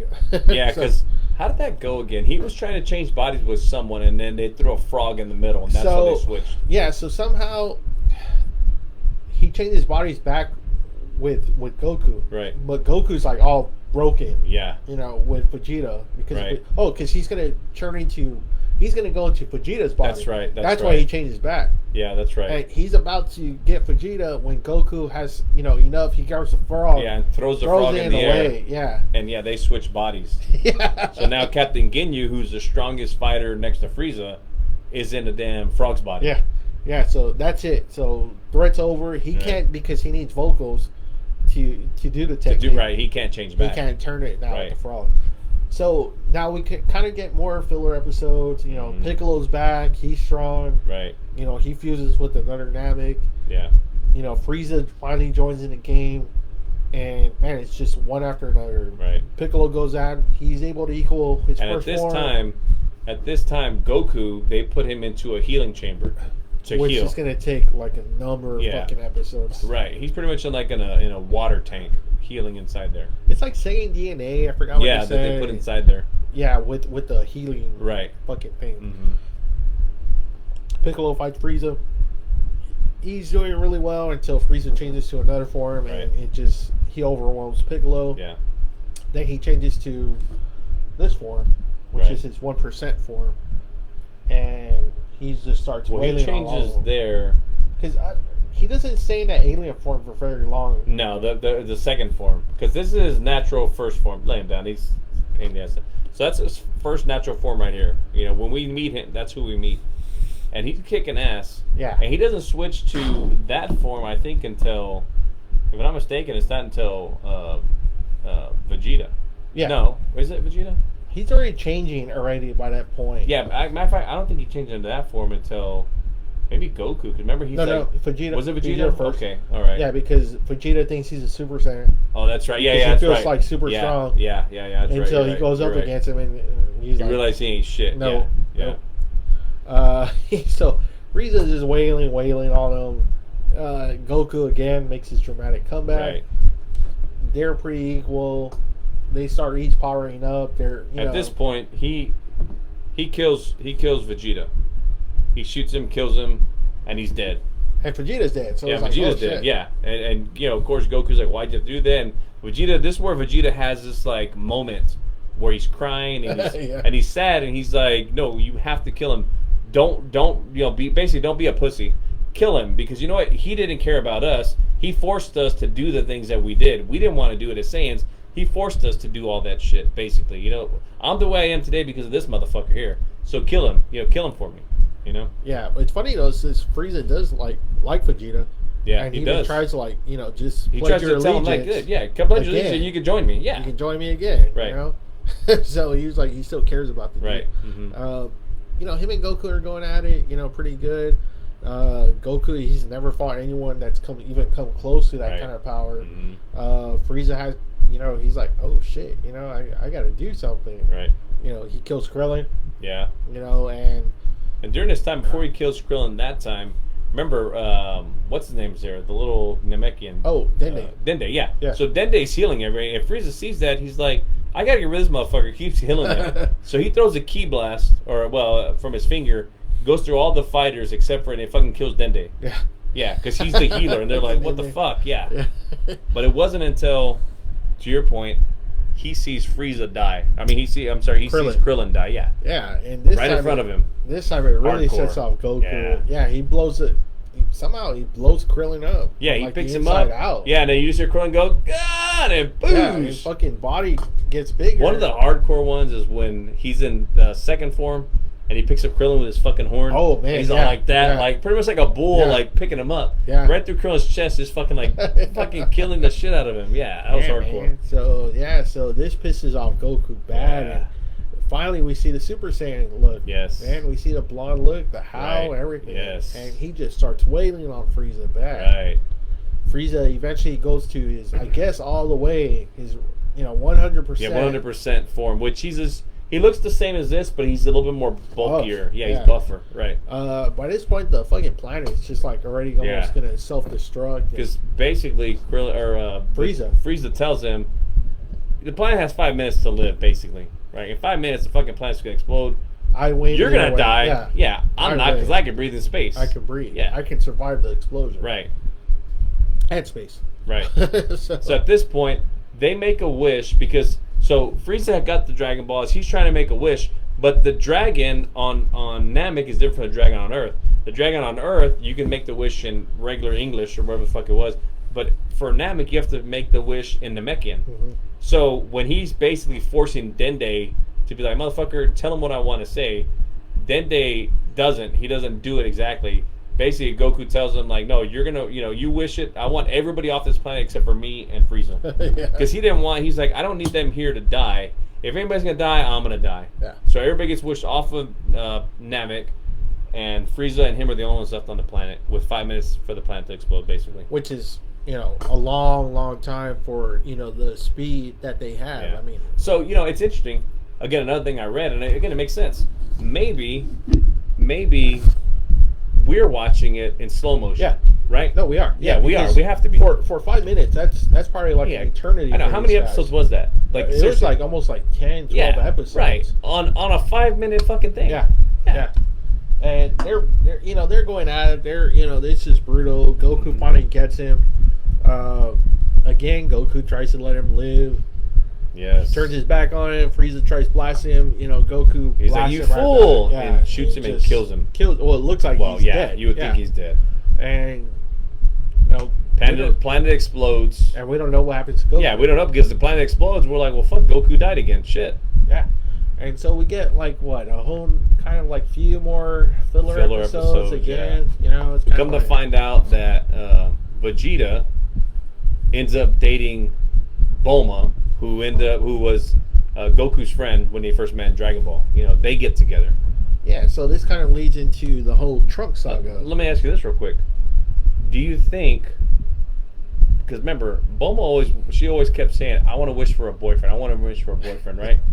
What if it didn't show it on screen? But what if Bulma wished to the dragon for a boyfriend, and that's why the fucking Saiyan saga happened? Or she said a prince. Yeah, right. Yeah, I want a prince. I wish for a prince, and then here comes Frieza, and that started the whole fucking thing. Man, right? Suck balls. Yeah. We meet Trunks finally, and this is a character that I've always had heard about. He was the only one, and for some reason, I always heard that he was always super popular with the fucking fans. And I was like, okay, Tien with the sword. I was like, okay. Find out he's from the future. Mm-hmm. He's here to tell him, but he's like, Goku's gonna be here. This is where he's gonna, him and Frieza are supposed to go at it again. Mm-hmm. Goku hasn't shown up, but Frieza has. All the fucking Z fighters are worried. Vegeta's kind of like, I guess I'm ready. I think I can take it. I could, I think, And we meet Frieza with his father, King Cold, who. So we find out Frieza lived. He got pretty fucked up, but he still lived. Yeah, they were able to then take him, put him back together with parts and mechanical robot parts. Yeah, that shit. Yeah. He's supposed to be stronger. Right. And what he was before, blah, blah, blah. And so Frieza wants revenge on Goku, and he knows where he's at. Mm-hmm. So he goes over there, he's met up by Trunks, and everyone feels Trunks, and they're like, what the hell, who's this? Yeah, because they don't know who Trunks is at this time. There's like some mysterious fucking person. With a very high power level. Because they're thinking it's Goku. At first they're thinking like, it must be Goku. Like, because who else has that high power level? Who has that high power level? Right, yeah. And Trunks, deals with the soldiers, the foot soldiers. Mm-hmm. He gets rid of Frieza. Yeah, fast. With his sword. He cuts him up. He slices him right in half. At first, he slices him in half. You see, it was cool because I like the animation of the screen. Split. It was so cool. I remember going like, man, that's fucking nice. Like Frieza's like still alive somehow. Yeah. Like able to like see it like that. Where he's like, oh shit. And then he slices him to pieces. Yeah, he's like, shh. I remember he just slices him up real quick, and then he just does this number right here. He's like, yep. And it blows the blast and blows him away. Yeah. Finally disintegrates all of Frieza's body parts. And not for nothing, but I was like, why does King Cole have to have that voice? That's what I'm saying. Yeah. I'm like, are they androgynous or right? Because he was like, oh my son. Yeah. He sounded very feminine, like more so than Frieza. So if Frieza was voiced by a feminine actor, woman, right? Yeah. So, but then his father sounded even more feminine than him. Like he sounded, and it was weird because it looked like his dad wore lipstick. Yeah. And I was like, what's going on here? But his dad was this big old fucking, he was probably like 10-foot guy. He was a stage 1 Frieza. Yeah. Well, no, bigger than that. Well, yeah, but right. Yeah, the look, right. Like a 10-foot guy, big fucking. His arms were bigger than Frieza's whole body. Yeah. Not as strong as Frieza. Trunks takes him out real easy. They all meet and he pleads with Trunks too. He's like, look, you follow me, we're gonna rule this whole place. Trunks pretty much like, fuck you. He's like, you're not even like a big note. Yeah, because he asked Trunks, can I see your sword? He's like, sure. So you give him the sword. He tries to go at it. He thinks the sword holds the power, and so he tries. And Trunks fucking just demolishes him. Easy. Boom. And that was another dirty one because he shoots him and he slides down the fucking mountain with blood everywhere. I was like, man, that was hardcore. That was cool. Mm-hmm. That was cool. He gets rid of them. He's like, the Z fighters are kind of scared. They're like, who the fuck is he? He's like, calm down. I'm a friend. I'm here. I'm a friend of Goku's. I'm waiting for him. He's supposed to be here. Right. He's keeping quiet on who he is. Everyone keeps asking. Finally, Goku comes down. Finally, and we find out what happened to Goku. He got into a ship. Mm-hmm. He was able to sell off. The last few seconds. Yeah, he goes somewhere. He just puts in a whole bunch of keys. He goes to this planet Yardrat, learns about the instant transmission. Because Yardrat, they're not strong fighters, but they know a lot of techniques. And they learn instant transmission, which is he can pretty much dematerialize his body and then rematerialize somewhere else, as long as he could sense somebody in that area. Right? Yeah. So he tells Trunks, I was about to come to Frieza when I felt you, and felt what happened. Right. So I was like, okay, you have it. Right. So I was taking my time, pretty much. Right. Fucking Goku. Yeah, no shit, right? And that's where Trunks kind of tells him, he's like, okay, look, this is who I am. I'm from the future. But before he does that, though, remember he tells him, he's like, look, before I tell you anything, I need to know, can you transform? And he's like, yeah. So he transforms to Super Saiyan, and then Trunks transforms to Super Saiyan, and then Trunks is like, all right, I'm gonna attack you with his sword. And then he goes to attack him, and then Goku doesn't move, and Trunks stops, and he's like, why did you defend? He's like, because I knew you weren't gonna do it. Trunks is like, okay, but I'm gonna really do it this time. So Goku puts up one finger, and he's defending Trunks' sword one finger, and he's like, okay, you are what I thought you were. Yeah. So he's like, okay, cool. And he goes, I'm Trunks, I'm from the future, and the future is pretty much fucked. Yeah. There's these androids that are destroying the whole world. They pretty much have destroyed the whole world. Mm-hmm. Goku asks, like, where's everybody? It's like, everyone's dead. You have a heart attack first. Yeah. So you're out of the picture. Yeah, because Goku's like, do I die too? He's like, yeah. He's like, Goku thinks he dies in battle. He's like, no, you die from a heart attack. He's like, a heart attack? Yeah. Yeah. And he's like, what you did, Vegeta's goes, Vegeta dies, Piccolo dies. The only one that's left standing is Gohan. Gohan trains me, but he ends up dying himself. Right. These androids are just so much more fucking powerful than everybody. And, he's like, I really need you. Here's an antidote for your heart attack so you won't, you could live. And, he's like, okay, so who are you? And he's like, I'm Vegeta and Bulma's son. And he's like, what? Like Vegeta? Yeah. And I remember he laughs and he falls down, and then they're like, whoa, Goku just fell. Blah blah blah. Yeah, like freaking out. Yeah, so he's like, what the fuck? He's like, yeah, Yamcha and Mom don't stay together. It's him and Vegeta. Yes. Piccolo's hearing the whole fucking thing. Yeah, Piccolo's got fucking ears like... And good thing he fucking listened, because Goku was like, what are you guys talking about? He's like, oh, nothing. Yeah. And Piccolo's like, really? That didn't sound like fucking nothing. Right. Fucking asshole. Yeah. You weren't going to fucking tell us? He's like, okay, you won't say it, I will. Yeah, because, but Piccolo knew, he's like, I understand. He's like if I say it, I'm going to... Your friends say it. Right, yeah. But we can use the other info. Right, yes. He's like, androids are going to be coming in 3 fucking years. Yes. And we really need to fucking team up. Yeah. And then again, we see, to my point earlier, they all fucking go off on their own and train. I'm like, you fucking dumbasses. Luckily, like I said, Piccolo, Gohan, and Goku all stay together. Right. So we get more filler episodes. Right. More, and we didn't even talk about garlic, because that happens too. Yeah, I don't even want to talk about garlic. That's filler. Sucks. That's fucking filler episode. That's probably the worst filler episode of them all. Man, that is. Golly. The androids come, but it's not the androids Trunks is talking about. It's fucking Dr. Gero and Android 19. Okay, go ahead. Yeah. And get too far ahead. We find out Dr. Gero was the lead scientist for the Red Ribbon Army. This all connects. So we receive Red Ribbon Army again. This all goes back to Dragon Ball. Yep. Goku destroyed everything. Dr. Gero's out for revenge. He built these androids. Mm-hmm. Him and Android 19 have a special ability, though. They can suck energy. They have like these things that can suck energy. They start fighting. They destroy a city or two, right? I think, right? Mm-hmm. And Goku starts having his fucking symptoms. Yeah. The heart attack. Right, because they train, so Goku's ready, but he has the heart virus, and his fucking heart stops on him. Yeah, and he's like, oh, fuck. Yeah. He's like, But I'm like, again, it shows like how much of a fucking idiot you are. Like, you've been training for this shit your whole fucking time. You don't remember they gave you a fucking serum you're supposed to take? Yeah. Fucking dickhead. So they're kind of losing again until Vegeta shows up. Yeah. And starts kind of wailing on him, but you know, it's going pretty well. They get rid of what, 19? Yeah. So, but remember, so this is the point where we see Vegeta turn Super Saiyan for the first time. Because That's right. remember, That's right. Yeah, We haven't seen it. we hadn't seen it, so they're freaking out. They're like, "You're Super Saiyan," and so Vegeta's Super Saiyan. He's like, pretty much like, "I got these motherfuckers, right?"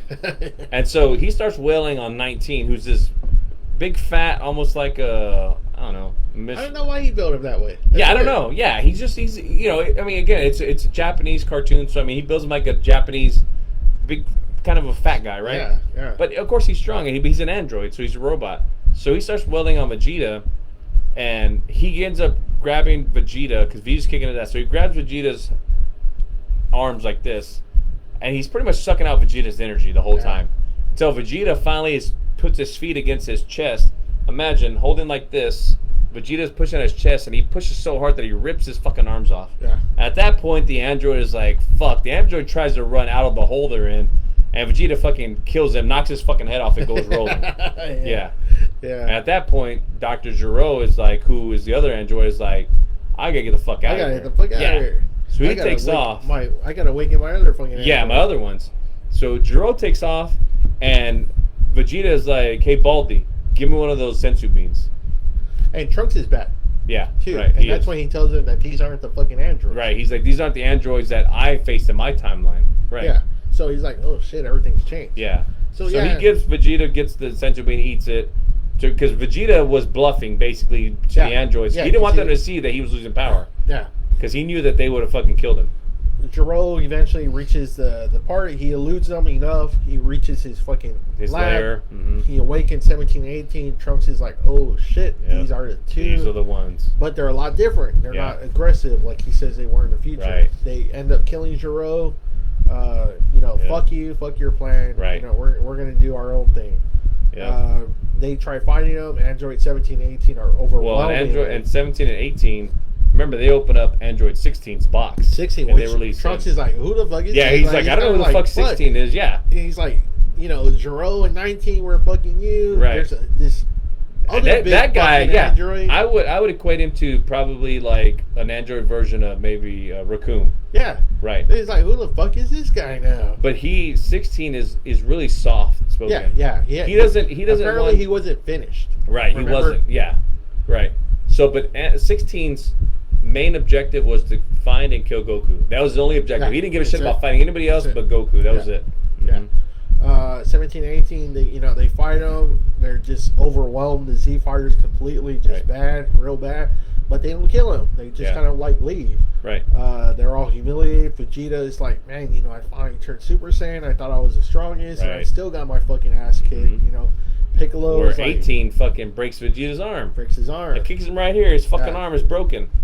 You know, Trunks is like, what the fuck? They're way more stronger than what we were led to my believe. Fucking androids were. You know, these guys are just like so fucking strong. Yeah. You know, so they have to change their own game plan. But the androids are not really like doing what the future. No, they're not because these androids, they're more about like they want to kind of like see the world. Yeah, they're like, yeah, we gotta find Goku, but you know what? We're gonna drive, right? And that was the thing because they're like, we can fly. No, so they end up commandeering a van and they're fucking driving in a van. It's kind of like a few more kind of like filler episodes on these. It's kind of like after the fight, everyone's trying to gather. They're all trying to gather at Roshi's place, trying to see what their next move is gonna be. Right. No one knows anything anymore. Trunks is like, everything is just so fucked ever since I came. Yeah. History is just gone. It's totally different from my. You know, they should be destroying everything when they're not. They should be weaker. And Goku is still trying to heal from his heart problem. But at least he's healing now. Right. They gave him the medicine. He's healing. He's getting better every day. Right. But it's just like, golly, there's a new android that we don't know nothing about. These two other ones are just super fucking strong. And it's just not looking good. Right. Then we kind of start seeing the remnants of Cell coming in. We're like, oh shit, he's like this nasty looking fucking like bug that kind of like burrows or something. Right, yeah. obviously we know it's Cell. We read everything by this point. Right. Internet's up. It's 2000 something, so we all have computers now. We know it's fucking Cell. Mm-hmm. And he's another android. He's an android, but he's like a very different looking. Yeah, he's different looking. He's like a bug or something. Right, he is, and he's smarter. This is supposed to be Giro's ultimate fucking creation. Mm-hmm. Ultimate. You know, nothing is supposed to be better than this. Right. You know? And his whole thing is he's supposed to suck up 17 and 18 so he can reach his perfect form and just conquer everything. Right. So now we start seeing Cell coming in. He's sucking up people, city to city, till he reaches that, I guess, his strength at that level to where he's able to suck up 17 and 18. Yes. Piccolo's like, they kind of find out about the plan, what's going on, because he has a run-in with Cell. Right. Piccolo he's like, shit, I got to get to 17 and 18. Right. Him and 17 have this really badass hardcore fight. Mm-hmm. They're just wailing on each other. He's trying to destroy one of the androids. Isn't this is this the point where he fused with Kami? Yes. Right. Yeah, and so he's like, if I can kill one of them, Cell's not gonna, be able. He won't be perfect. He won't be perfect. Mm-hmm. But even at his, with him and Kami fuse, him and 17 are equals now. Yes. So it's kind of like, oh fuck, Right. Piccolo, Cell, feels the power. He gets there and he beats the shit out of Piccolo. He beats the shit out of 17, and I think that's where he sucks 17 in. Yeah. Mm-hmm. And then he gets 18. Well, before all that, though, 17, remember, 17, because just 17. Right. Yeah, because he comes into Vegeta and Vegeta's beating the shit out of him by all rights. At the stage 2. Right. Yeah. At his when he takes in 17, and he pretty much tells Vegeta like, I'm not perfect. I need to. If I absorb the other one, you're no match for me. And so Vegeta, of course, being cocky, is like, all right, like, I'm going to kick your fucking ass either way. Go ahead. Now, earlier we find out Cell is literally what his name is. Jiro, at this point, has gathered DNA from Vegeta, from Goku, from Frieza, everyone that's been on Earth. What it shows is that he had this little, like, robotic bug thing going around and getting their DNA throughout the years. So now... And learning all their fighting styles and everything. Cell is supposed to just be this perfect fucking... fighter, and he knows what Vegeta's thinking because he has Vegeta in him. He knows what Frieza would be thinking because of that. He knows how prideful the Saiyans are. If I keep saying, you're fucking weak. You're not, let me reach my perfect form. Right. You ain't shit for me. You ain't shit, man. Vegeta with his fucking big head, his ego, eats it up. He's like, all right, motherfucker, do it. Yeah. Go ahead, change, absorb 18. Right. It's not gonna fucking matter. It's not gonna fucking matter. Boom. Okay, and Cell does. Mm-hmm. So towards 18, he reaches that perfect form. Vegeta's not impressed until they start fighting, and man, Cell just overwhelmingly stronger than just about every fucking buddy. Beats the shit out of Vegeta, beats the shit out of Trunks, but at this point, Cell is so overconfident in himself, he lets them all live. He says, you know what, I'm gonna make a tournament. The Cell Games begin. Cell Games, and he's like, which I was excited for because I was like, man, that's kind of going back to Dragon Ball. Yeah, that was right. Yeah, he's like, bring me every warrior you got, Earth. This is your last opportunity. Bring every fucking fighter you got. If anybody can stop me, the Earth lives, and no one can. Hey, it's gonna be destroyed. Right, that's the price. So he gives them 10 days. 10 days. He's like, you got 10 days. Right. So enjoy these 10 days. Right. And I remember it's funny because I remember he makes the arena and he's standing there and he's like, basically like, I shouldn't have fucking given him 10 days because like, what the fuck am I supposed to do? Yeah. So he just kind of like stays there. It's kind of like he turns himself off. He's like, oh. Right. Yeah. Just like goes into rest mode. Yeah. Everyone trains as much as they can, but it's kind of like they felt his power and they're just like, golly, this is so overwhelming. Like everyone knows, like even Goku comes out, he's like, well, I can't beat Cell. Yeah, right. Yeah, he's like, I can't beat him. Yeah, when he powers up for Krillin, he's like, he's like, he goes, that's about half, and he's like, that's not gonna be enough. He's like, okay, cool. Yeah. So he enjoys his few days off, more kind of like filler episodes, until we actually get into the Cell Games again. It's like about 3-4 episodes, I think. It's just bullshit. Yeah. Just bullshit episodes. But that's also, remember, they go and train inside the hyperbolic time chamber.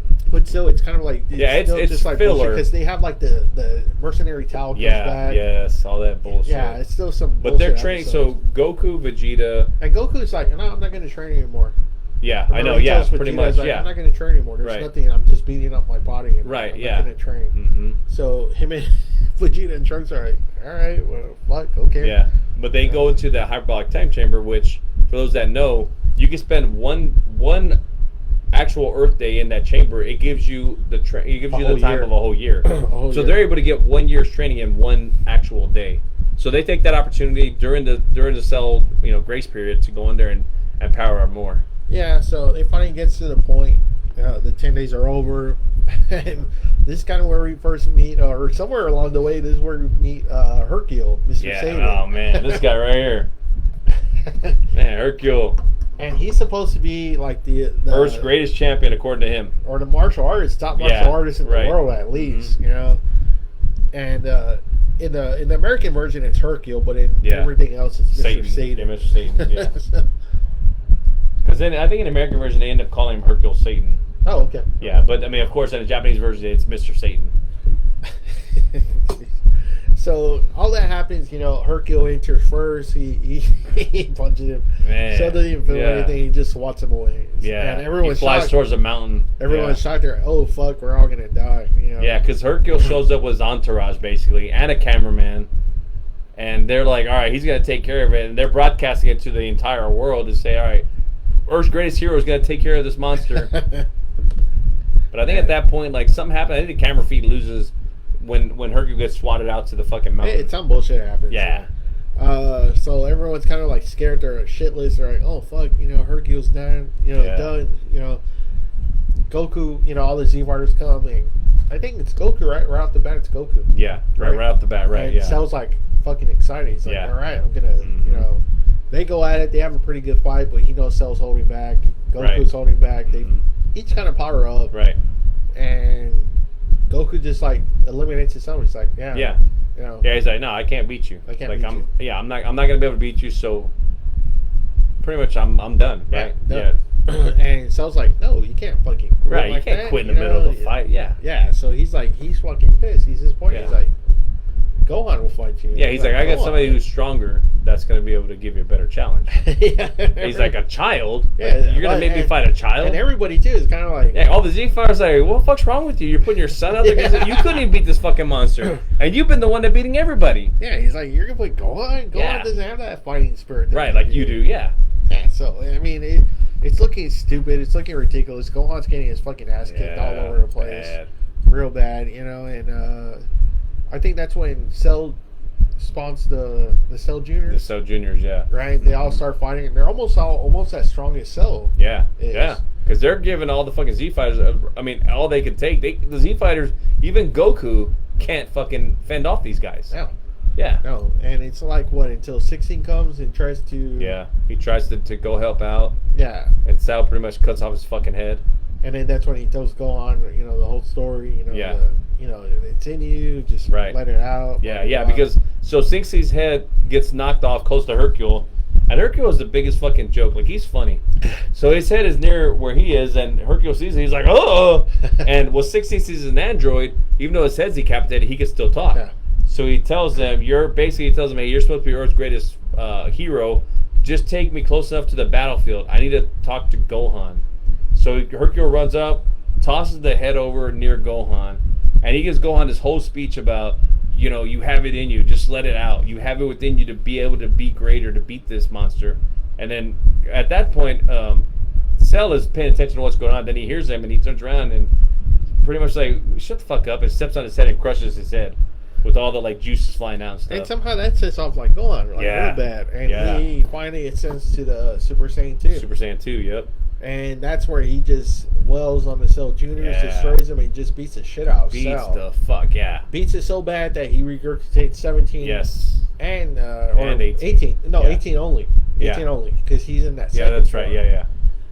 Of course, this is Dragon Ball Z, Gohan, just... He starts pretty much turning into a Vegeta. I mean, when I think about it, his attitude. He does. And sure enough, it's... Cell's like, he got one more trick in his sleeve. He's going to blow up the whole planet. He basically inflates like a big old fucking inflatable balloon. It's like a big bomb. Yeah. A big bomb Turns that's into going a to go bomb. off. Yep. Goku steps in, transports him off all places. Yeah, instant to King transmission. Kai's planet, King Kai's planet. King Kai said, "Why'd you bring him here?" He's like, "That's the only place I can think of." Yeah. He destroys King Kai's planet. Right, blows up. King Kai's dead now. Goku's dead again. You know, it's but like there was one part of Cell that stayed on Earth. Yep. And he grows back. because he had now Frieza's DNA in him, and Saiyan, and also Piccolo's, he was able to regenerate. Yep. And get stronger because of the DNA. Right, yes. And so because he pretty much did die, his power level is now increased where it's even he's a little past Gohan now. Right. So he starts fucking winning again. He starts getting the best of everybody. He fucks up Gohan's arm. Yeah, he pretty much breaks his arm. Yeah, Like it's just real his bad. shoulder right here breaks his shoulder. And pretty much the whole fight after that, he's favoring his arm. He can't lose his fucking arm. It's fucked. And he's gonna destroy the planet now. He's like, fuck this, fuck everything. I'm gonna destroy the planet. Right. It's this great ending. It's the Kamehameha battle, Gohan versus Cell. Yeah. Everyone's stepping in, trying to help him. Tien, Yamcha, Yeah, because they're all Krillin, trying to attack Piccolo, Cell from behind, and it's not doing shit. It's not until Vegeta comes in with the big blast that he's able to make Cell feel something where Gohan finally gets the advantage over him. But at that point, remember when we see it, because Gohan is basically calling out to Goku saying, "I can't do it, Dad. I can't do it." And Goku has to fucking pep him up. Yeah, because the whole fucking time. you see Goku's spirit next to him. Yeah, and Goku is like top because of King Kai. Right, and he's throwing. It looks like they're both throwing a Kamehameha wave. Yeah. They call it like the father son Kamehameha. Yeah. And they both shoot, and that is ultimately what ends up killing Cell. Yeah, so finally that's over and done with. Yeah. He finally vanquishes Cell. Yeah. And this is where we get more fucking filler episodes. It kind of skips a few years where he's older now. It's the Great Saiyaman. We're entering the Buu Saga. Yep. And so the funny thing is on the Goku is we talked about this earlier. He's a fucking worthless father. He fucking abandons his son. They have a chance to bring him back, and he says, "Yeah, he says, don't bring me back. Don't bring me back." And so that's why, honestly, Gohan will consider Piccolo a father because he's more of a father than his own dad. And then when Goku comes back for the Cell Saga, he fucking meets his other son for the first time, Goten. Yeah. There is some cool episodes of Goku though in the afterlife. They have a tournament. Pycon and all we those. Find out too, and Cell and Frieza come back. Yeah. Remember, he has to go to hell. And he's like, shit, these two guys are kind of powerful. Pycon kicks their asses pretty quick, easy. Right. And Goku's like, the only difference is that since they're in hell, they don't really die. They regenerate. But now Goku's kind of like, okay, now he sees Pycon. And he's like, okay, now I got shit. This guy just wiped him out. Right. Fast. We had trouble with these two fucking guys, and this guy just one punch. Yep. So that's where that whole tournament shit starts up again. Yeah, I did like the Afterlife ones. Yeah. That was cool. The Great Saiyaman stuff kind of fucking sucked. We lead into finally the... Do you think that maybe the Great Saiyaman, like, he took that persona on to deal with all of his heavy fucking, like, bullshit life of being this fucking great man? Maybe it was a way to, like, de-stress? Maybe not. I think he was just like, you know what would be cool? I think he was still kind of into the fighting a little bit at this point, that maybe he was like, cool, I can do this too and go to school. But that eventually just leaves him completely. Right. We enter this whole new saga, the Buu Saga, finally, and this is like a long fucking saga. Yeah. This is very long. I think it's the longest of the whole... I think so, the whole arc,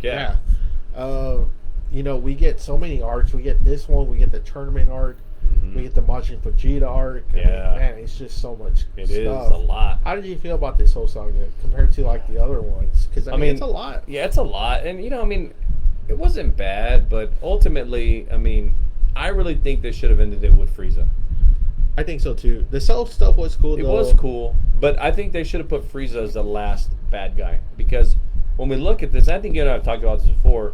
At any point in time, when we look at Cell, right? They could have killed Cell if they didn't fucking. Multiple They could have times. killed Cell like easy. Multiple times. They could have killed Buu easily. Goku could have in Super Saiyan 3. Gohan could have killed him. Gohan could have killed. Right? Yeah, but then again, for some reason, they keep fucking reverting back to being. Like fucking Vegeta. Yeah. And being like big that headed. Saiyan pride. Yeah, that's what it is. And so, but they could have, or rather, Frieza could have easily killed them all if he would have just transformed in his final form. Yeah. But again, Frieza was that, I got you, and then he was forced to do that. But if he just went off right off the bat, he would have killed everybody. Yeah. Yeah. So I think that's why he should have been the final one. Now, for me, I'm not a big fan of the Buu saga because it's just so much bullshit. It's like you said, there's so many times when he could have got beat. Right.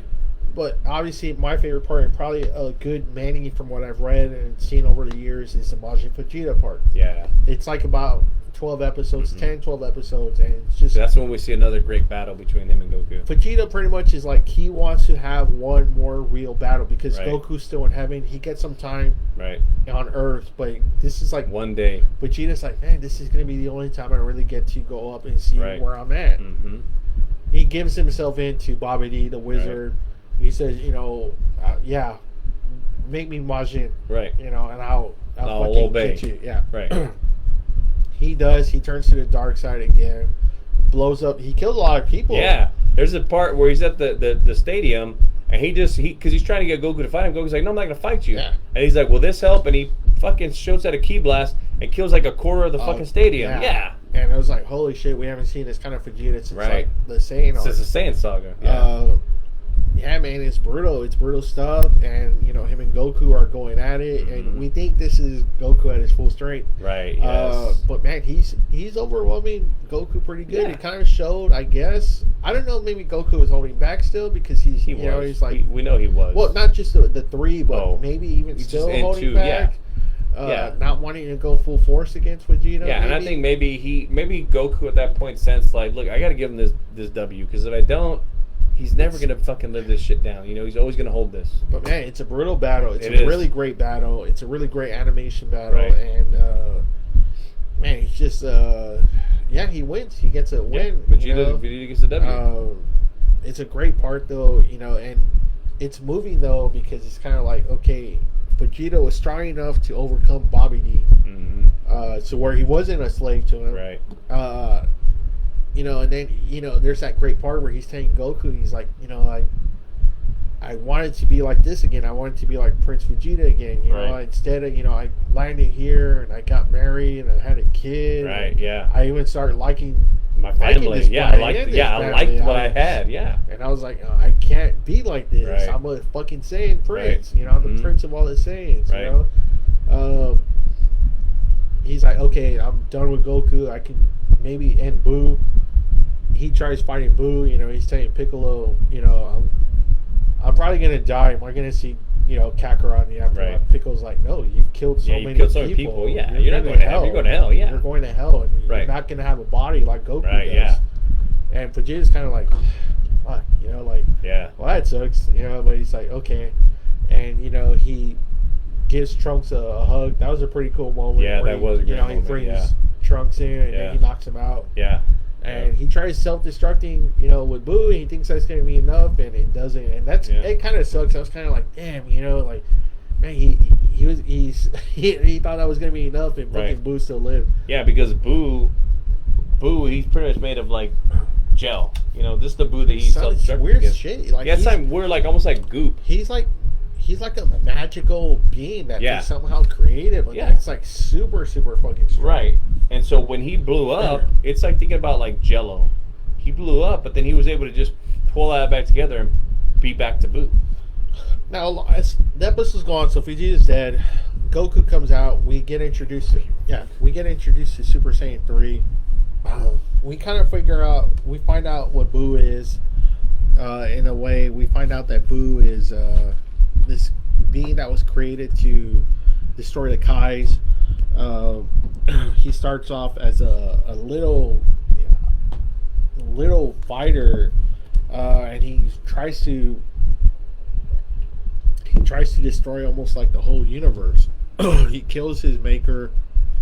He goes to the Kai planets. He kills like a lot of the Kais. One of them lets himself get absorbed, and it's like a big Kai like this. It's like a fat Kai like this. And that Kai lets himself get absorbed, so maybe he can feel the goodness in him, so he won't be so self-destructive. Well, he becomes like a he's not as destructive as his real form is, and and so it kind of stops him for a while, and they're able to trap him, and that's when they bring him back. But you know, throughout this way, you know, they're teaching Goten and Trunks how to fuse together. So maybe because they can both turn Super Saiyan, they train them so where they confuse, they can maybe take out Boo. He fights Boo, and he's able to overwhelm him until they split. Once they split, Boo is able to beat him up again, but he lets him kind of like rest up, and they fuse again, and that's when Boo absorbs them as the fuse. So he gets like this new look. He gets like the vest, and he's really strong. At this time that they're doing it, Gohan is getting special training from the Grand Kai, and he's unlocking all his untapped potential. And you know, once they unlock all of Gohan's powers, he'll be stronger than Goku as a Super Saiyan 3 without even turning Super Saiyan. So once that happens, Gohan for a little bit becomes the strongest fighter again in the DB universe, and he's able to beat up Boo pretty good. I'm at that part where after he absorbed Gotenks. Oh yeah. You know, along this way. You know, honestly, I think honestly, if Gotenks didn't fuck around, Gotenks would have killed him inside the hyperbolic time that's chamber. the thing, you know, the whole fucking around thing again. Yeah, the whole Saiyan thing. But I think more for Gotenks, not so much that because they're Saiyans, but because they were children. Yeah. They're pretty much playing children games, you know? Yeah. And then I was saying, you know, when that was going on, Gohan's potential was getting unlocked, where he was going to be stronger maybe than Goku Super Saiyan 3. Yeah, he was. Without even turning Super Saiyan. Right. At No, all. he wasn't. Yeah, he was pretty much himself, but just unlocked potential. And you know, they call this form Mystic Gohan, Yeah. and again he's wailing on Boo. Yeah. But then again he gets overconfident. He doesn't finish him off. Nope. That when he should have, you know, and Boo eventually sucks in Gohan. Yeah, so now because Boo was able to like throw off some of his body, little chunks of it, and it gets behind Gohan, and it slithers up behind him, and it just encapsulates him like that, like just surrounds him. So each form that he's turning into, he's actually going back to his true form. Yes. I was saying how this was a Kai. Right. The Kai that let himself get absorbed. So, you know, once he absorbed, he would feel maybe the goodness. Right. And Boo would stop being as destructive as he was. And in a sense, it helped because it made him more playful to the Boo that we know. Yeah. You know, I was saying, you know, the whole origin was supposed to be where he was supposed to destroy all the Kais. Yes. You know, where he somehow, you know, with Babidi's magic, whatever he does, he's able to transport even into the afterlife. Right, yeah. And destroy all that. Yes. You know, that's pretty fucking weird that he's able to do that. But at each time, you know, his transformation, he's finally getting to where he's Kid Buu, where his absolute truest form. And that's where he's at his most dangerous. And that's where you kind of finally meet Vegeta. Well, so the reason why that happened was because, remember, Goku and them, they cut out. He has Buu inside of him, so he cut that out. And once they do that, that's when he turns into Kid Buu. Yeah. And Goku's like, shit, you know, I really, you know, he knows how to do this fusion technique, but now he needs someone to fuse with. Yeah. You know, Gohan's almost about to do it before he absorbs Gohan. Right. And he's looking, he's like, shit, I only got Tien and I only got Hercule. Yeah, Hercule, yeah. Imagine him as Hercule. And somehow they pull off Vegeta getting out of hell, and they give him some time, and so he's able to fuse with Vegeta. And that makes sense, though, because I think they even discussed it in there that because Vegeta sacrificed himself for a noble cause, he kept his body. Yeah. Yeah. And at first, like, he's like, okay, I confuse what, you know, me and you confuse. Yeah. And he gets all pissy because he tells him, I found out about your Super Saiyan 3. Yeah. And that you weren't fighting at me at full force. You're fucking still holding back, you motherfucker. You know, it's like, fuck you. You know, I'm not going to fuse with you. And Goku's like, fuck, you know, like, you're like my last hope. Like, there's, you know, Boo's going to destroy everybody. Yeah. You know, finally, eventually he does. I think he tells him, you know, Bulma, Trunks. He finally fuses with Goku. they become. And they fuse with the Patora earrings, right? No, I think it's. Oh yeah, it's the earrings, which will be permanent. This that's the only thing about this one. It'll be permanent. So okay, we'll go ahead. I'm gonna say what I think about the earrings after we're done. So then we finally meet Vegeta, who's at this point is like the strongest fighter that we've ever seen. Their fused Goku and Vegeta. He has like it's blue, right? The blue, it's like the blue jumpsuit with the orange shirt, right? Yeah. He looks pretty funky. So on that one, he takes. There's more of Vegeta in him. That's why it's named Vegeto's. That's right. Yeah. And of course, he's wailing on Boo, real easy, But it's Goku and Vegeta's brain put together, and they're just overconfident. The fact that I think the fact that Vegeta is more dominant in this form is why. Yeah. So their overconfidence gets him again, and. Yeah, Boo, I think Boo turns him into candy. And they're fighting him as candy, which is fucking weird. He's like they're like a little jawbreaker. But he gets into his body, he releases all the, everybody that he's absorbed, they take him out. Right. And that's when they cut big fat Boo out of it. Yeah. And so that all happens, and I think that's when Boo finally just destroys the planet, right? Because once he gets released, right? When they pop out, they're now unfused. Yeah, they actually unleash Majin Buu too. Yeah, so they unleash Kid Buu.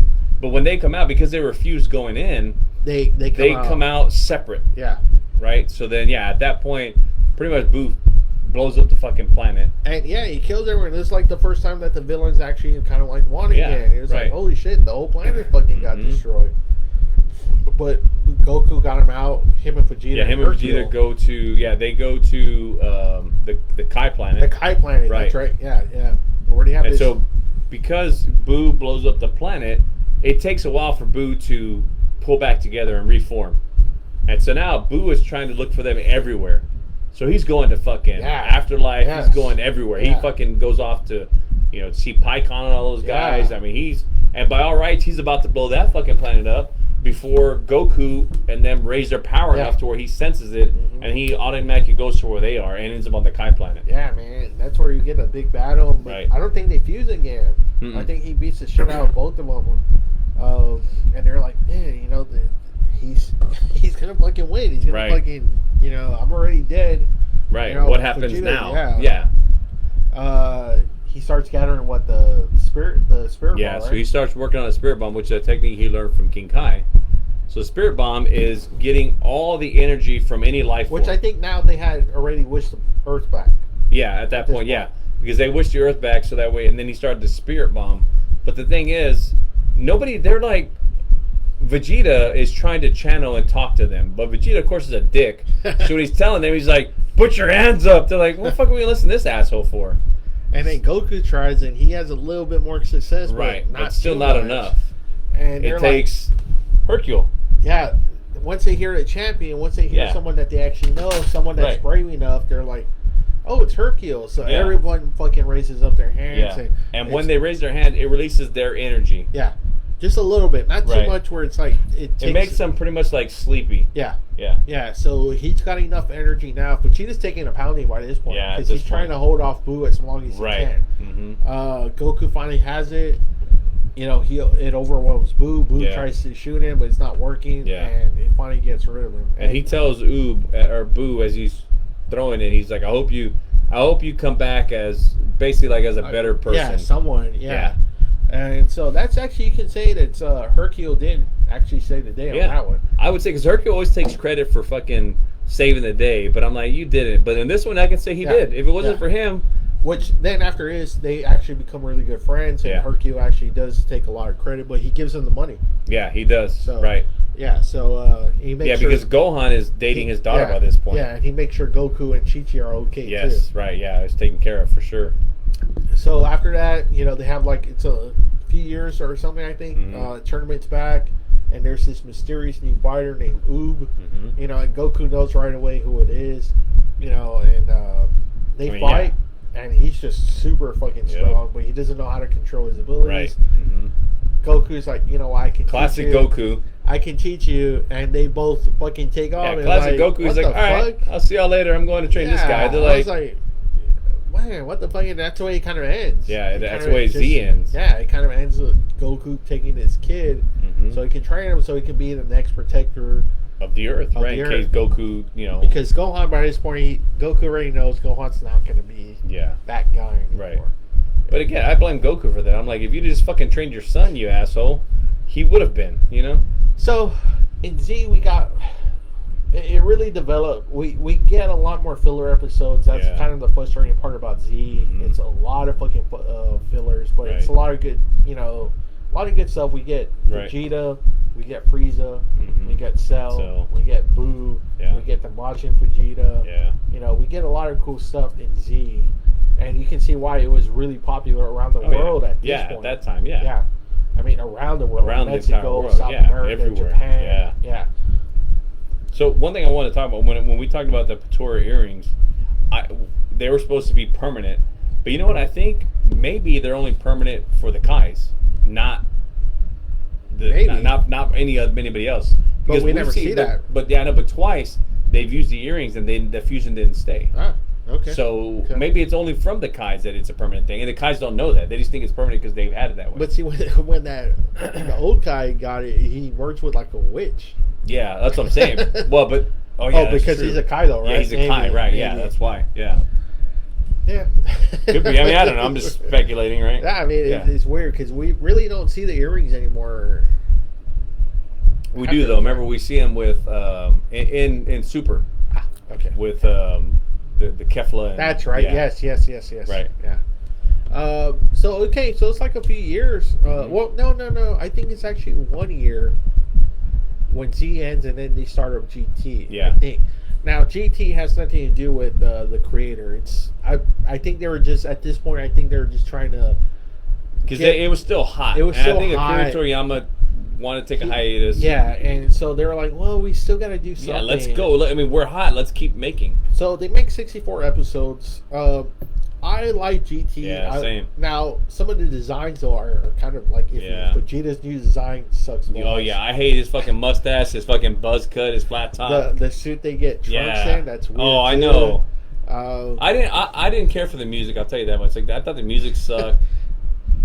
Interesting stuff though. There's a lot of interesting stuff. I do like Baby.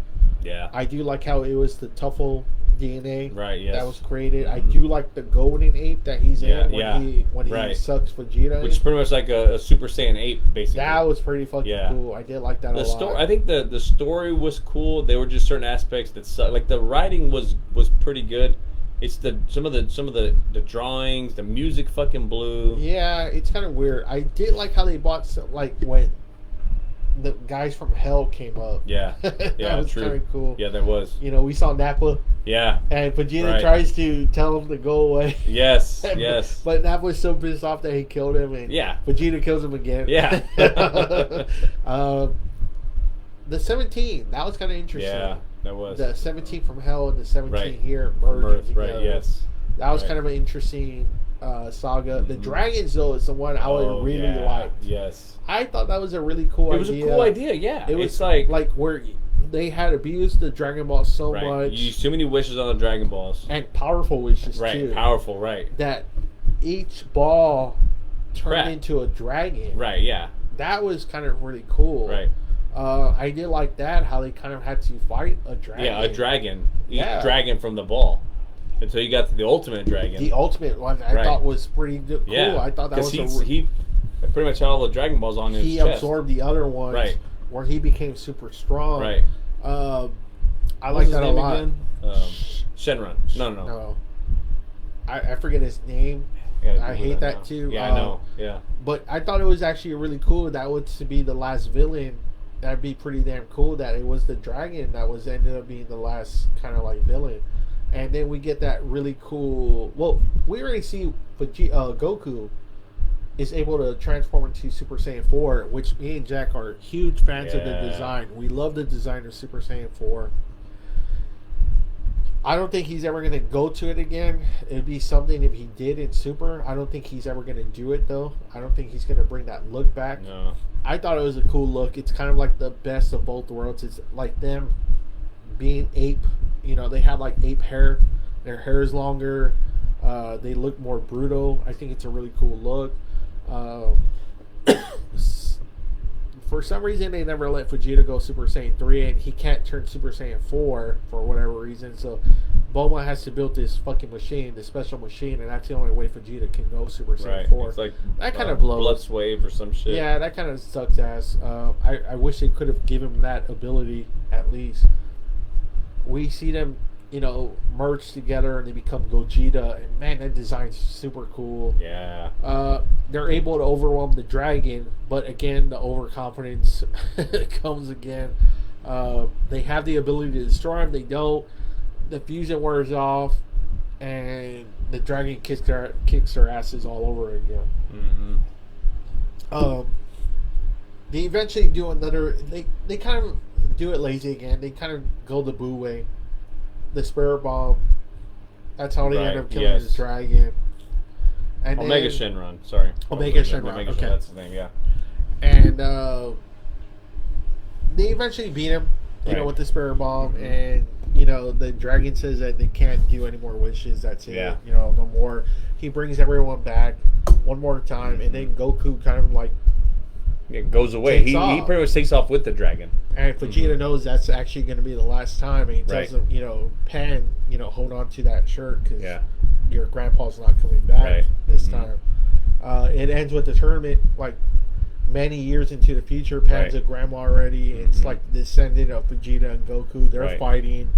And she sees Goku's spirit, and that's kind of like the way that ends. Right. I had a lot of good moments. Like I said, the animation did look off a little bit sometimes. It was weird. It's only like 64 episodes. Right. I don't think it was very popular. I think that's why it's only at 64 episodes. Again, I do like the design of the Super Saiyan 4. Man, I do like that design. That was awesome. I think Baby's actually a really good villain. I do like Baby, and I think the dragons were really cool. Yeah, it was again a great concept. I think makes me wonder if Toriyama would have had a hand in all that, would it have been better looking, or because the concept was good, everything was good. I liked the stories. They didn't drag as much as the way it did in Z. And again, just the different ideas were pretty badass, And there's like a lot of cool moments, again, Piccolo kind of sacrificing himself, Yeah. I forgot how, but, him and Gohan have that last communication together. Father and son. Yeah, and it's cool. It has a lot of good moments, and they've released those on 2 DVDs, 2 box sets DVDs. They're really cool. Right. But he came back years later and said, you know what, GT's not canon. Yep. I had nothing to do with it. It's not canon. Right, at all. And it kind of sucks because it kind of wipes out Oob a little bit. Yeah, it does. So that kind of sucks. So that's all gone. So don't consider that canon. Yeah. And even though it's in the video games. Yeah. And nor the movies. The movies aren't canon either. Which I saw because, man, those are really off. Those movies are really off. You can maybe put some of them in the but timeline, but it's still off. Yeah, right. It doesn't fit very well. But the movies especially are really cool. I mean, when we look at what's his name? The other Saiyan, what's his name? Turles? No, Broly. Oh, Broly. Yeah, like when you look at Broly, you're like, okay, like this guy's stronger than all of them, and like if we're trying to fit that in a timeline somewhere, like it would completely fuck everything up. Yeah, because Broly's time in movie 8 would be right when Trunks is on Earth. Yeah. The first time. And yeah, I mean, he just wells on him. Yeah, I mean, he pretty much beats the shit out of them. Yeah, I mean, all of them. He just beats the shit out of all of them. To where even, I mean, Vegeta turns into a bitch. I do like the movies, though. Like, Dead Zone. I love the animation and feel of Dead Zone. That's a really cool one. The World's Strongest was really cool because you saw Goku, Master Roshi, Vegeta, Krillin all fight. The Tree of Might. That was interesting. That was kind of interesting. Movie 4 was Slug, the Super Namek. Oh, okay, yeah, that's right. Where they had their own kind of like legendary Super Saiyan. Super Saiyan. But where he was like extremely. And that was kind of like the first glimpse of Super Saiyan. Also, Yeah, true. Before the blonde hair. The blonde hair, right? Movie 5 was cooler, and 6 was cooler. We get introduced to Frieza's brother. He's Right. out for revenge, and then he turns into like an AI Yes. super machine Right. in movie 6. Movie 7, we kind of go back to the Red Ribbon Army. Yeah. With more androids. I think it's like 2 or 3. Yeah. What's his name? The one that looks almost like a Saiyan. When he turns blue. Yeah. What's his That's name? when he absorbs the other androids. It's like Android. It's right before. It's like they're like Androids 13. Oh, Android okay. 13, 14, Right. and 15. And then it goes into 16, 17, 18. And 18, yeah. Movie 8 is Broly. Obviously, Mhm. probably the most popular. Yeah, out of all the movies. Out of all probably. the movies, Yeah. that one's probably the most popular. And with good reason, too. For Broly sure. is just a really badass character. Yeah, he is.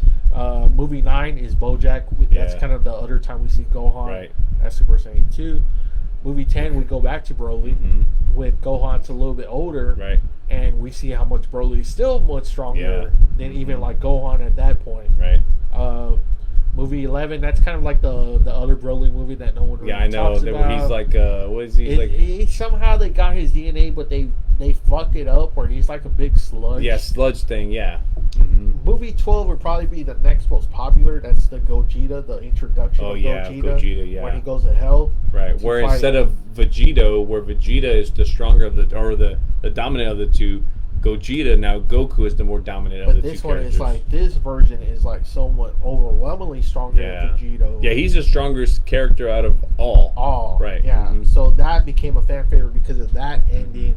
And then movie 13 was the dragon, where it kind of introduced where Trunks got his sword. Right, yeah. Yeah, so that was kind of interesting too.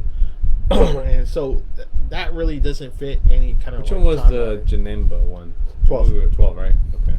Yeah. But again, if you're trying to fit them into a timeline, it's not going to work out. It's just not.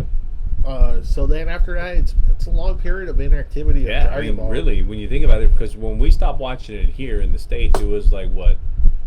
It was about mid-2000s? yeah, Right. about because when I was watching the Cell Saga, I was in high school on Christmas break. It was like around 2001, 2002. Yeah. So they were kind of going. So I'd say mid-2000s when it stopped.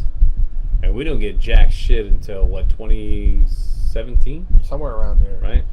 Real quick though, let's talk about the two specials. Oh, yeah. We get the Bardock special and we get the Trunks special. Yeah.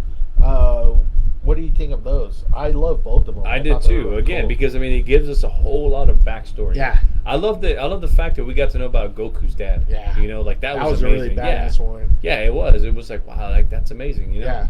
I like Bardock. I became a big fan favorite of Bardock after his special. Right. Super strong character Yeah, too. for sure. For him to be a low class warrior. Right. Yeah. You know, super badass. We get introduced to more Frieza's army. Yes. You know, and we find out why he was there, why he was trying to stop Frieza. Right. We find out he gets, the power of, what do you call it? Premonition. Yeah. Right. Where, he sees Frieza destroying The planet. the whole planet. Vegeta. Yeah. And he's like, what the fuck? Why? Right. It's like, all we ever do is good work for you. Yeah. All we do is we do everything you ask for. We do everything good for you. So, But Frieza is afraid that he knows they're strong, and he's like, if they rise up against me, I don't stand a chance. I don't stand a chance. Right. And then there's this, this prophecy of the Super Saiyan. Super Saiyan coming out, right? Which is kind of like, no one's ever heard of it. Right. No one's ever cared about it, Yes. whatever. Everyone just thinks it's a legend. Right. So it's a legend you tell unattainable. kids. You tell, you tell your kids the legend of this, but it ain't shit. Yeah. It's fake. But, it's coming more and more. He's seeing it more and more, and he tries to make a last stand. He tries to tell people. People aren't listening. Right. He makes the last stand against Frieza, but forget it. He just That's when Frieza throws up the freaking death ball. and destroys the planet. He gets one last vision of his son Yeah. Goku going up against Frieza and learning And- that Goku's right. going to be the His one next to Super Saiyan. Just feed him. Yeah. save him. Yeah, that was awesome. I love that movie. So that was really cool. Bardock, they showed Bardock was a really interesting character. Yeah. The Trunks special, man, oh man, Yeah. what a fucking Yes. horror show that one is. Yes. We, everything that he says about the, in the Dragon Ball Z, Right. we see it here for sure. Live. Yeah. We see, right, to Double A's point, he's talking about this, and if you're watching just Dragon Ball Z, you're like, man, what does that look like? Yeah. You know, you see that in the Trunks It's kind of special. like, think about like Terminator, thinking about, man, wouldn't it be cool if they show a movie, you know, of the war? Yes. You know, that's kind of like what this is. That's what that is, yeah. We're seeing it. We're seeing what Trunks was going to. Instead of him talking about it, we're seeing everything he's going through with them. Yeah. Man, it's hardcore, it's too. It's brutal. The androids are different than what they show in T. Right off the bat, they just start destroying everyone. They kill everybody. Gohan keeps going at him. He tries to keep going at him. And Gohan loses an arm. He loses his arm. Yeah. And he's at Super Saiyan. He's at Super Saiyan form, but he's not Super Saiyan 2. No, he doesn't reach that level. Right. And I don't think he really even knows how, you know, have that spirit like Goku did. Right. He's trying to his damnedest to save people, but every time he just gets his ass kicked. Right. He's trying to train Trunks. He sees Trunks, you know, can be something, maybe help him eventually. Right. It doesn't happen. What if that timeline, that Trunks timeline, is the real timeline, and the Dragon Ball Z we're seeing is not? You know, what if that Trunks is that's supposed to be a real timeline, and Trunks has to go back to fix his own timeline? You know? I mean, it could be. You know? But it's brutal. The androids do kill Gohan. It's pretty brutal. They kill him pretty ugly. And that's how we find out how Trunks was able to turn Super Saiyan. Right. You know, and then Bulma, she's like, you know what? We got to try to fix this. We got to do whatever we can. She builds a time machine, and that's where they show her sending Trunks back. But, man, what a great special that was. What a great Bardock special that was. It showed more background to those kind of characters. So that was pretty fucking cool. Yeah. Again, there's really an activity. Then we start hearing rumbles. Yes. That he's like, he wants to back. He wants to do something different. He wants to do something else. Right, yeah. And so we finally get something. And, man, it explodes with popularity. It's called Dragon Ball Super. Right. Now, real quick, Double A. So I thought I remember you saying this. I'm gonna ask you and then see if I remember it correctly. But you preferred to watch them in which form? Which language? I like the Japanese. Yeah, that's what I thought. I remember that. And I always I never understood it because I never watched them in Japanese. I always watched them in English, and I love that. But it wasn't until Super where I was forced to watch them in Japanese because and then I was like, wow, like I can understand why Double A loves this. Like, it's different. It's different. Like, it's different. And then I went back, and because, you know, like you, I have all the box sets of the DVDs. So I went back and watched the DVDs in the Japanese. And I was like, holy shit, like, it's fucking way better. You know, they don't cut out, like, their language is different. The voice actors too, they just seem stronger. Like, the Japanese voice actors are way stronger. So so I can appreciate the Japanese version more. I think so too. We get this kind of like whole new universe with Super. We get introduced to a god of destruction. Right. We hear about this new legend of Super Saiyan God. Yes. You know, it's kind of like, what the hell is going on? So in the timeline, this is what comes after Boo. Z. Yeah. Right. So and obviously after Z, we think GT, but since GT's not canon, Super is actually what comes right after Z, the Boo saga. And not that long after the Boo saga either. No, it's not. It's not too long afterwards, whatsoever. So the animation is super sharp. You know, we first saw, if I'm not mistaken, didn't we first see the movie? Yes, we did. Right. Okay. Yes. Right. Which is this right here, that poster, Dragon Ball Z Resurrection F. Basically meaning Frieza's being resurrected. Which, I mean, man, it showed how popular it still was here in America. At least the movie theaters was full, and it was a limited release. It was supposed to be only like 2 weeks, but it was so popular that they actually extended it to like almost a month or two because it was getting people to the theaters. I mean, and it just shows how much packed. Again, I think Devil and I both can say that Frieza probably should be the ultimate villain out of the Z saga, and that shows it because he's the one they brought back. They didn't bring back anybody else but Cell. Frieza. Yeah, Cell, Boo was still alive, but he wasn't the villain. They brought back this guy to be the villain. You know? Yeah, man. I mean, it was just great. We find out, you know, there's this god of destruction. Yep. That he's part of the plan of the god of destruction. Yep, I got it right there. While Beerus is kind of like sleeping, Frieza's the one that kind of does the work. Yes. Under Beerus, you know, that he wipes out planets to kind of like, I guess it was kind of like to balance. The god of destruction's like job is to kind of keep the balance. Right. Yeah, because the god of destruction obviously destroys, but then the Kais create. Yeah. So they gotta keep that balance of creation and destruction. And Frieza is like an agent of Beerus, which is ultimately crazy. Beerus. When you think about it, Beerus is fucking lazy. He's a cat. Yeah. So he's fucking lazy. He sleeps a lot. So he needs somebody to go out there and do his dirty work. And he finds out that Frieza got killed by Saiyan, and then there's the legend of the Super Saiyan God, right? And so he wants to go see who the fuck killed Frieza, because he was like, he thought that was kind of like an impossibility. Yeah, he's like, what the fuck? Yeah, like no one should have been able to even come close to fucking Frieza's power. He meets Goku, he meets Vegeta, and they end up scrapping a little bit. They fight, and Beerus. I remember when I first saw it. Goku goes Super Saiyan 3, and I'm thinking, all right, he's going to fucking mop the floor with this guy. Yeah, because 4's not even a level anymore. Right, no, it's not. Right, because remember, that's not canon. So I remember he goes up to him, and he wants to spar with him, and all it takes for Beerus to do is just a flick on the head. Yeah, that's right, the flick. And he fucking flips his ass back. They're on King Kai's planet. Knocks his ass back, knocks his ass out of fucking Super Saiyan 3 form into regular base form. Yeah, and so you're like, holy shit, like, who the fuck's this guy? Yeah.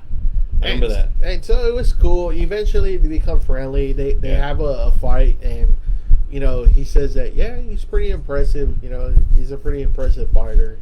Because from there he goes down to Earth because he's like, there's no fucking God up here. Yeah. So he goes down to Earth looking, and that's where he runs into Vegeta, where they're doing Bulma's birthday on the ship. And Vegeta knows who he is, right? Yeah, Vegeta eventually, because Vegeta remembers. He's like, shit, and it throws a flashback to where Vegeta, as a boy.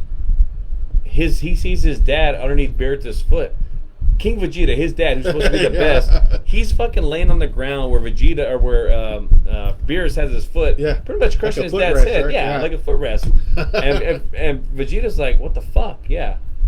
Yeah, so kind of like Vegeta knows who this guy is. He starts like bowing down, sucking his dick. He's scared as fuck. He's sucking his dick like, oh, Lord Beerus. Every time Bulma says something, he's like, shut the fuck up. Yeah. He goes as far as putting on a fucking apron and cooking for the guy. I'm like, wow, what a bitch. Yeah, so I mean, but it's really cool, and we start becoming fans of Beerus. We like him. He ends up liking Vegeta and Goku. Yes. He starts letting them train. Mainly, I think it might have been because of Whis, though. Yeah, I think that's Whis, why, for sure. Yeah, which it shows like Whis is again, kind of like that Mr. Popo version, but supposedly like. If Beerus like kind of gets out of line like the way he's not supposed to be, Whis is strong enough to put his ass to sleep. Yeah, because what happens? Remember, there's that one part where Beerus eats some fucking spicy shit, and he starts fucking bouncing off the wall, like destroying shit. And then Whis just fucking chops his neck, and he's fucking out. And you're like, holy shit. But Whis is a servant, but somehow in the order of things, he's there to make sure Beerus does his job almost. Yes. But he's never going to cross that line to where he's going to kill Beerus and he's going to be a even though he could in an instant, because Whis is an angel. So he's stronger, and he can fucking kill Beerus with a thought. And so Goku is like, wow, like, forget about Beerus. I want to train her. Can you show me all your stuff, And so we find out all this stuff. They start training, and Frieza comes back. We find him in hell. All that stuff. He's like, man, I really want. He's suffering because he's not in hell. Yeah, he's actually in heaven. Well, he's in his own hell. Yeah, that's because his own he's there. Yeah, he's wrapped up like a cocoon. There's like dancing fucking bears around him, singing happy songs and all this shit. Yeah, sunshine. Songs. It's like everybody on that. Me, you, whoever's watching would be like, oh, I want to be here for hell. Frieza's like, I fucking hate this. Where's the fire? Where's all this bullshit? Right? Where's fucking death and despair? Move, he can't do shit but listen to fucking happy music all day. Yeah. So eventually he gets out. Because some remnants of the Frieza force actually gathers up the Dragonballs, and they wish him back. They wish him back. Yes. And so he starts training himself, just like the first time we've ever seen Frieza train. Yes. He starts training, and somehow he's like already, like, he becomes strong enough, like as a Super Saiyan Blue or whatever it was at that point. Right. Well, I would say, maybe you're on par with Super Saiyan Blue. Yeah, because like he becomes Golden Frieza. Yeah, Golden Frieza. So let me ask you this, right? Frieza's death on Earth, right? The first time we see Frieza die. Are you talking about the trunks? Fuck. So we're talking about Resurrection of F. So, sorry. No, Frieza. When Goku kills him, when Goku goes Super Saiyan, right? Yeah. He kills him. Why do you think Frieza died? Like, what? Ultimately, why do you think? What do you mean? What? Like, why was Goku able to defeat him? Oh, because he was stronger than him. Yeah, because you know what? Frieza was a lazy fuck. Like, he never. Oh, that. Yeah, he never trained. What? Because he. Right. I mean, there was. He never needed to. Yeah, right. he never needed to. But still, right? Like, it's like you would think, like, hey, if I'm this strong, what if I actually trained? Right. Which this is like the first time we've ever seen him train. Because Goku has been Goku and all the Saiyans, Goku and Vegeta, they kept having to train and train and train. Yeah. If he would have trained right off the bat, dude, there would be no fucking stopping him. No. Yeah. No way. Right. Yeah, so he trains. He gets right on their level, like right off the bat, and he actually because he fights. I forgot his crony's name that he takes with him, and pretty much beats the shit out of him over and over and over again. Yeah. Just to fucking power up. Vegeta's like super excited to fight him when they find out you know, he's there. He's super excited, and I think Frieza handles him pretty well, right? And then him and Goku fight, and it looks like Goku's gonna win again, and then that's when he blows up the planet. Yeah, because pretty much Vegeta, or pretty much Frieza is like, oh, you know, spare mercy, blah blah blah. And then Frieza puts his hand to the fucking planet and fucking blows it up. And of course, Whis fucking like puts everybody in a bubble, and so that's they don't die. You know that's the thing though. And then Whis kind of turns back time. Right, and that's where we find out that Whis can turn back time for up to only 3 minutes. He can reverse time, which was enough time for them to stop Frieza. But still, I mean, that was a big win for Frieza. Right, because at that point, that's when Vegeta's actually fighting him, and Frieza blows it up, and then Goku is up there with Whis, and Whis is like, will you fix it this time? Goku said, what do you mean? He's like, I can turn back time for 3 minutes, but you have to do the right thing. Yeah. So then stop fucking around, pretty much. Pretty much, yeah. Quit fucking around. Stop fucking around with this guy. Get rid of this fucking guy. fucking You guys have the guy. power to fucking get rid of him. Which I found crazy, because at that point, you would think Beerus is the god of destruction. Beerus shouldn't give a shit, but that just goes to show how much they became friends, if you will. You know, exactly. And plus, he was like, "Well, I like the Earth food." Right? Yeah, that was a big thing. If they didn't like the food, they would have been like, "Fuck this place." Keeps fucking feeding me. I like the Earth and they were having foods. That's why I love Super a lot, because I love how like they made it so comical. Whenever they would taste food, especially Whis, was like, "Oh, man." Yeah, like, it's fucking great. That's right. I forgot about that. Yeah, fucking glitter in his eye, all that shit. They make Whis kind of like really feminine looking. Yeah, like it looks like he's wearing lipstick and makeup, and even the voice is kind of like very feminine too. So there he is. That's Whis right there. So that's the guy that he trained with. Oh yeah, that dude. Yeah. But yeah, Whis, they make him very feminine, big time. You know, I don't think they do anything. They stop Frieza. They don't do anything to Frieza. You know, so he goes off, and I think he pretty much goes right back to hell in his same cocoon bullshit. Yeah, that's right. Mm-hmm. But then he comes back for the next arc. Right. Well, they wish him back for that reason, because they couldn't. So getting into, I guess we're going to talk about now the tournament of power. Yeah. So they're collecting.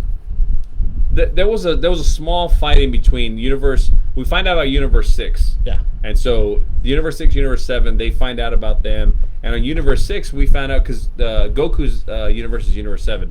They find out about Universe 6, which when we find out these different universes, they're almost parallel to each other. So 6 is 7, it's parallel to 7. So we find out that on Universe 6, there are other Saiyans. And the God of Destruction is Beerus' brother, Champa. Yeah. He's pretty much a fat version of Beerus. And the angel for Champa is Whis' sister. So again, they're just like mirror images of each other almost, with some differences. So we find out that there are other Saiyans on Universe 6, since they're parallel to each other. Yeah. So this starts off a whole thing, and Goku gets like really super excited after they fight. They have like their little skirmish, and he becomes real friendly. Oh, you know, because we skipped over the whole Goku Black thing. Oh man, yeah, that dude. I don't know. I forget if that comes before Frieza or after the resurrection of Frieza. I think it comes after.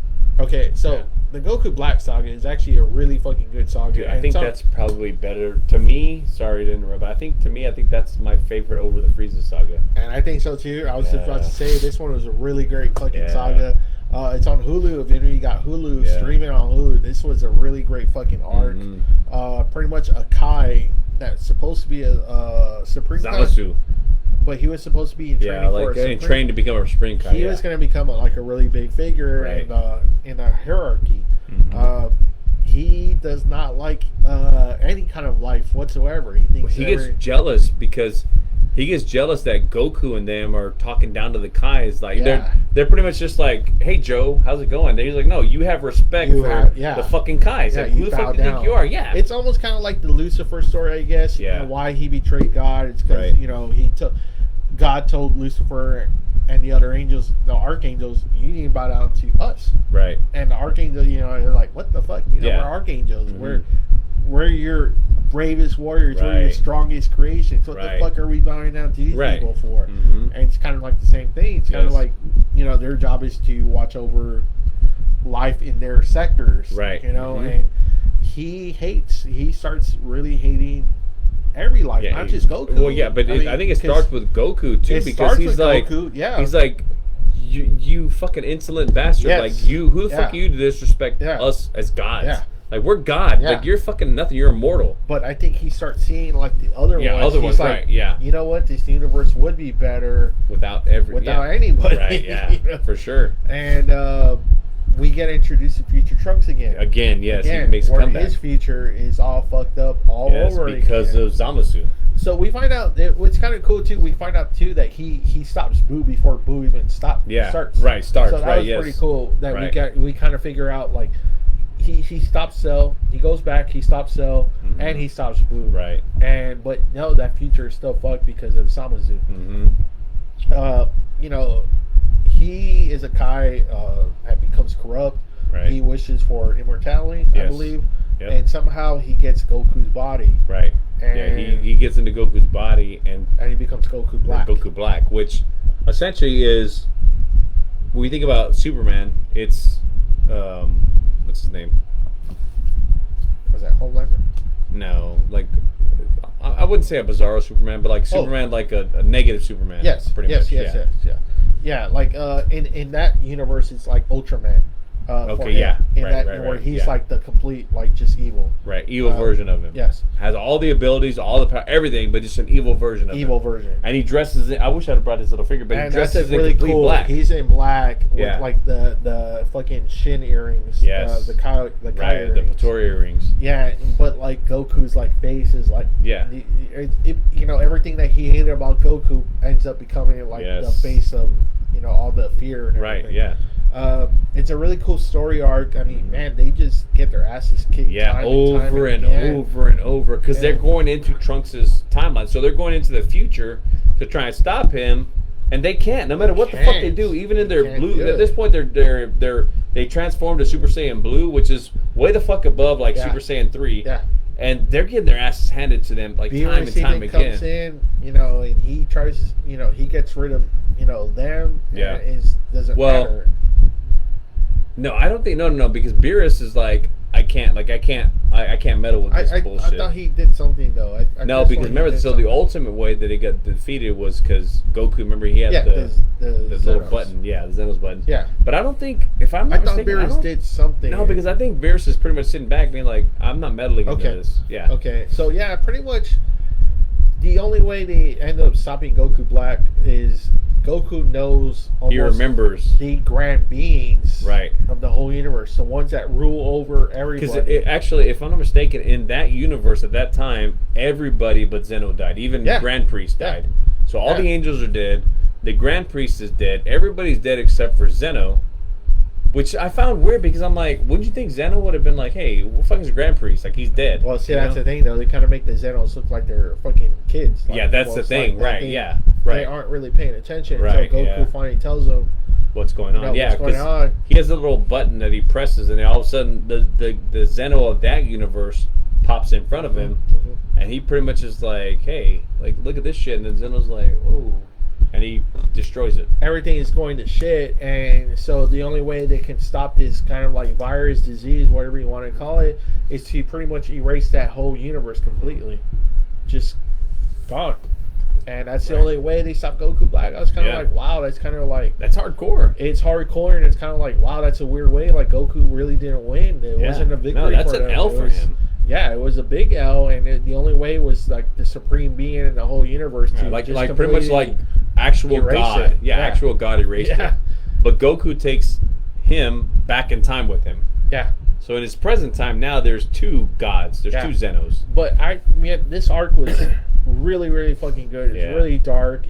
Like I said, the ending was kind of not what you expected at all. No, it was really different. This arc was really good. It's one of my favorites. Maybe my favorite. Yeah, it was my favorite, definitely. Arc. Yeah. So I mean, man, it was terrifying. It was like, holy shit. I think it was my favorite. For one reason was because it was like, okay, you were expecting Goku to come out on top. Yeah. And then when he did it, you're like, holy shit, that's a fucking even plot with the twist. new abilities and everything. Right. You're like, oh. Because remember, Goku Black turns into Goku Rose. Yeah. So he actually gets a power boost where he has like rose-colored hair and stuff. So he's even more fucking powerful. Yeah, it was a fucking insane arc. It was a really cool arc, and I gotta get myself a Goku Black action figure because man, it was a really cool. It was a really cool design. It was a really cool. It was like, damn, that's pretty badass. And I think that's where it leads to the Tournament of Power. Yeah, because I'm sorry, but I think when you were talking about Beerus stepping in, I think you were maybe thinking about when there was a time. Yeah, there was. Remember an episode? I think it was in the so after all that shit happens, right? Beerus ends up going to the current timeline. Yes. With that's right. With Zamasu and Hakkai's him and kills him. Yeah. Because remember they do that where it's like he's trying to tell the Supreme Kai like he's gonna try and kill you, and he goes to like kill him, but they put that oven mitt on him where he can't kill him. Remember? Yes. And then he Hakkai's him. I think that's what we're talking about. Yeah. And there's a really cool scene too. It's supposed to be like because he's in training, and he makes the Kai tea, and if he's pure, the tea will come out like normal tea, but if he's having like negative thoughts, the tea will come out ugly. Yes. Well, he's already thinking about his whole plan. Yep. But yet somehow when he's pouring the tea, it's like coming out still clear as tea. Yeah. But like you feel that tension. It's weird how you can still feel that tension. Like, man, this bastard's about to become like the ultimate fucking bad guy. Right. You know, it's crazy. But a really great series, and man, I highly recommend that one. And probably maybe more so than the Tournament of Power. I would recommend this one, and it's on Hulu. You can stream the whole fucking thing on Hulu right now. You can stream it. Tournament of Power really for badass. Me was certain parts were really good. Other parts really I was like, good. Really, I mean, like I say, we get reintroduced Master Roshi being a badass again. You know, Roshi takes out like 4 or 5 of them. Yeah, he does. Frieza does some really cool stuff. When him and Gohan work together, that's a really cool moment. Gohan kind of getting himself back. He starts getting himself back, Piccolo doing something. And in Universe 6, which is the mirror image, we are introduced to a Frieza person named Frost. Which is supposed to be a good guy. He's supposed to be like a charity, like, fucking dude that, you know, helps everyone out, but he's really an asshole. Right, he is, big time, We get introduced to, I guess, maybe a new fan favorite, Khalifa. Oh, we didn't talk about before all that. This happened before when we got to Hit. I thought Hit was a pretty cool character. I liked Hit. Hit is like what, a hitman? He's a hitman, a hitman, but he really has the ability. He has the ability to skip time. So he can jump like I think it's like crazy. 2 or 3 seconds in front. So no matter how fast you are, he's always a step ahead of you because he skips time a little bit. It's crazy. But we get introduced to Hit. Jiren, right? Is that what, how you say it? Which one? Or Jiren? Jiren, the gray guy, right? That guy, you know, super fucking strong. But Khalifa, Kale and I forgot. But so basically, they end up because so that's where we're like, man, Broly's gonna become canon because they fuse and pretty much we have a female Broly, and it's like, I mean, exact same. Every fucking thing is but a female version, and we're like, holy shit, that's fucking Broly. I remember I was hyped for that too. I was like, man. So we get introduced to more of these newer characters, other Saiyans, other kind of like Friezas, and you know, pretty much whoever wins is going to be the only universe that's going to survive. Because that was the premise. The premise was the Zenos were like, the best time there's 2 Zenos, and they're like, you know what? We're tired of all these different universes. Like, well, and Goku kind of kind of he puts started everything in it, jeopardy. yeah. So Yeah, he was like, he gets really interested, fighting this universe. He finds out there's nine universes. 12. 12. Yeah. He finds out there's 12 universes. He's like, man, it'd be so cool if we had like a tournament and see what universe is awesome. It's the best. Well, the Zenos kind of turning around saying, okay, whoever wins, all the other universes are going to be dead, destroyed. Including the gods of destruction. Yeah. And so the gods of destruction they're are like, holy what the shit, fuck? yeah. Yeah. The angels, they're not. They're just like, okay, they're just there. But yeah, the gods of destruction are like, so what the fuck? This is like a tournament that's kind of like everything is the fate on of the the line. entire fucking universe is at stake here. Yeah, and so the Zenos, they're just like being entertained. That's all. That's all. They're like, kids, so they're just like, oh, this is great. Yeah, so I'm kind of like, ooh, wow. Right. So there was a lot of writing on, and it was just a lot of cool stuff, a lot of cool matchups. Like I said, Master Roshi has a lot of great moments. Gohan has a lot of great moments. 18 is involved, or 17. 17, yeah. And how about that? How about how surprising that the victor at the end was 17. Yeah. Was the sole survivor, if you want to say. The one thing I like, the difference, because I've watched both English and Japanese of Tournament of Power, and I feel like the Japanese version gave Roshi more respect from Beerus, because he, in the English version, I think he calls him old man. Yeah, old man. Yeah. Where in the Japanese version, he calls him master. Okay. Yeah, which I was like, wow, like that's big time fucking respect from a god of destruction. I'm like, holy shit. To a fucking mortal, not fuck like being Goku, or to a mortal old man, he's like, you did good, master. Yeah, like, wow. and that's where we kind of like, we were talking earlier, like we're trying to see, like, we've always kind of debated, like me, you, Marquise, we've always kind of like debated, like, who is the strongest human? And we've always assumed Tien. Yeah. We've always assumed, Krillin was always kind of like, he could, if he wanted to, but if he would have worked out more, yeah, Yamcha just never is going to be close. Hercule, no. In his time, in his heyday, Hercule was before all the other bullshit. Yeah. So we're like, okay, so it has to be Tien, and then all of a sudden, Master Roshi just in Dragon Ball Super just popped out. Yeah, because he lasted longer than Tien, even in the series. In the Tournament of Power. Yeah, man, he kicked ass. Yeah, he did. He took out a lot of really cool moments. Right. So one thing we didn't talk about, which I'm going to briefly discuss, is when before the Tournament of Power, when they were recruiting, they go to Tien's, where he has his own like dojo. Yeah. And so Roshi is like on full fucking rape mode. Like he's like full fucking rape mode. I'm like, holy shit! Like it's funny watching it in fucking Japanese, because he's like on to rape this fucking chick at Tien's place, like big fucking time. And I'm like, oh, what the fuck? And like little moments are like pieces of her dress keep coming off. Yeah. And she's like, ah. He's like, ah. Fucking Roshi. So, but he puts all that shit in check for the Tournament of Power, and it shows, because remember, he goes against that one chick who's pretty much like, oh, I know what to do, like I'm gonna show my fucking tits and I'm gonna this and that, and he pretends like it, but then at the last minute he's like, that doesn't affect me anymore. I gave away the fucking pleasures of the flesh. Yeah, which is awesome. Yeah. And like I said, it was cool moments. It was a cool concept. It was kind of like, we love the tournament shit. We loved the from the Dragon Ball. We loved the Cell games. Yes. And they kind of brought it back again. And the fact that they gave Roshi that respect, I was like, man, that's great. Roshi fucking kicked ass. Yeah, for sure. Mm-hmm. And again, it was really cool that it wasn't like Goku won at the end. It wasn't Vegeta that won at the end.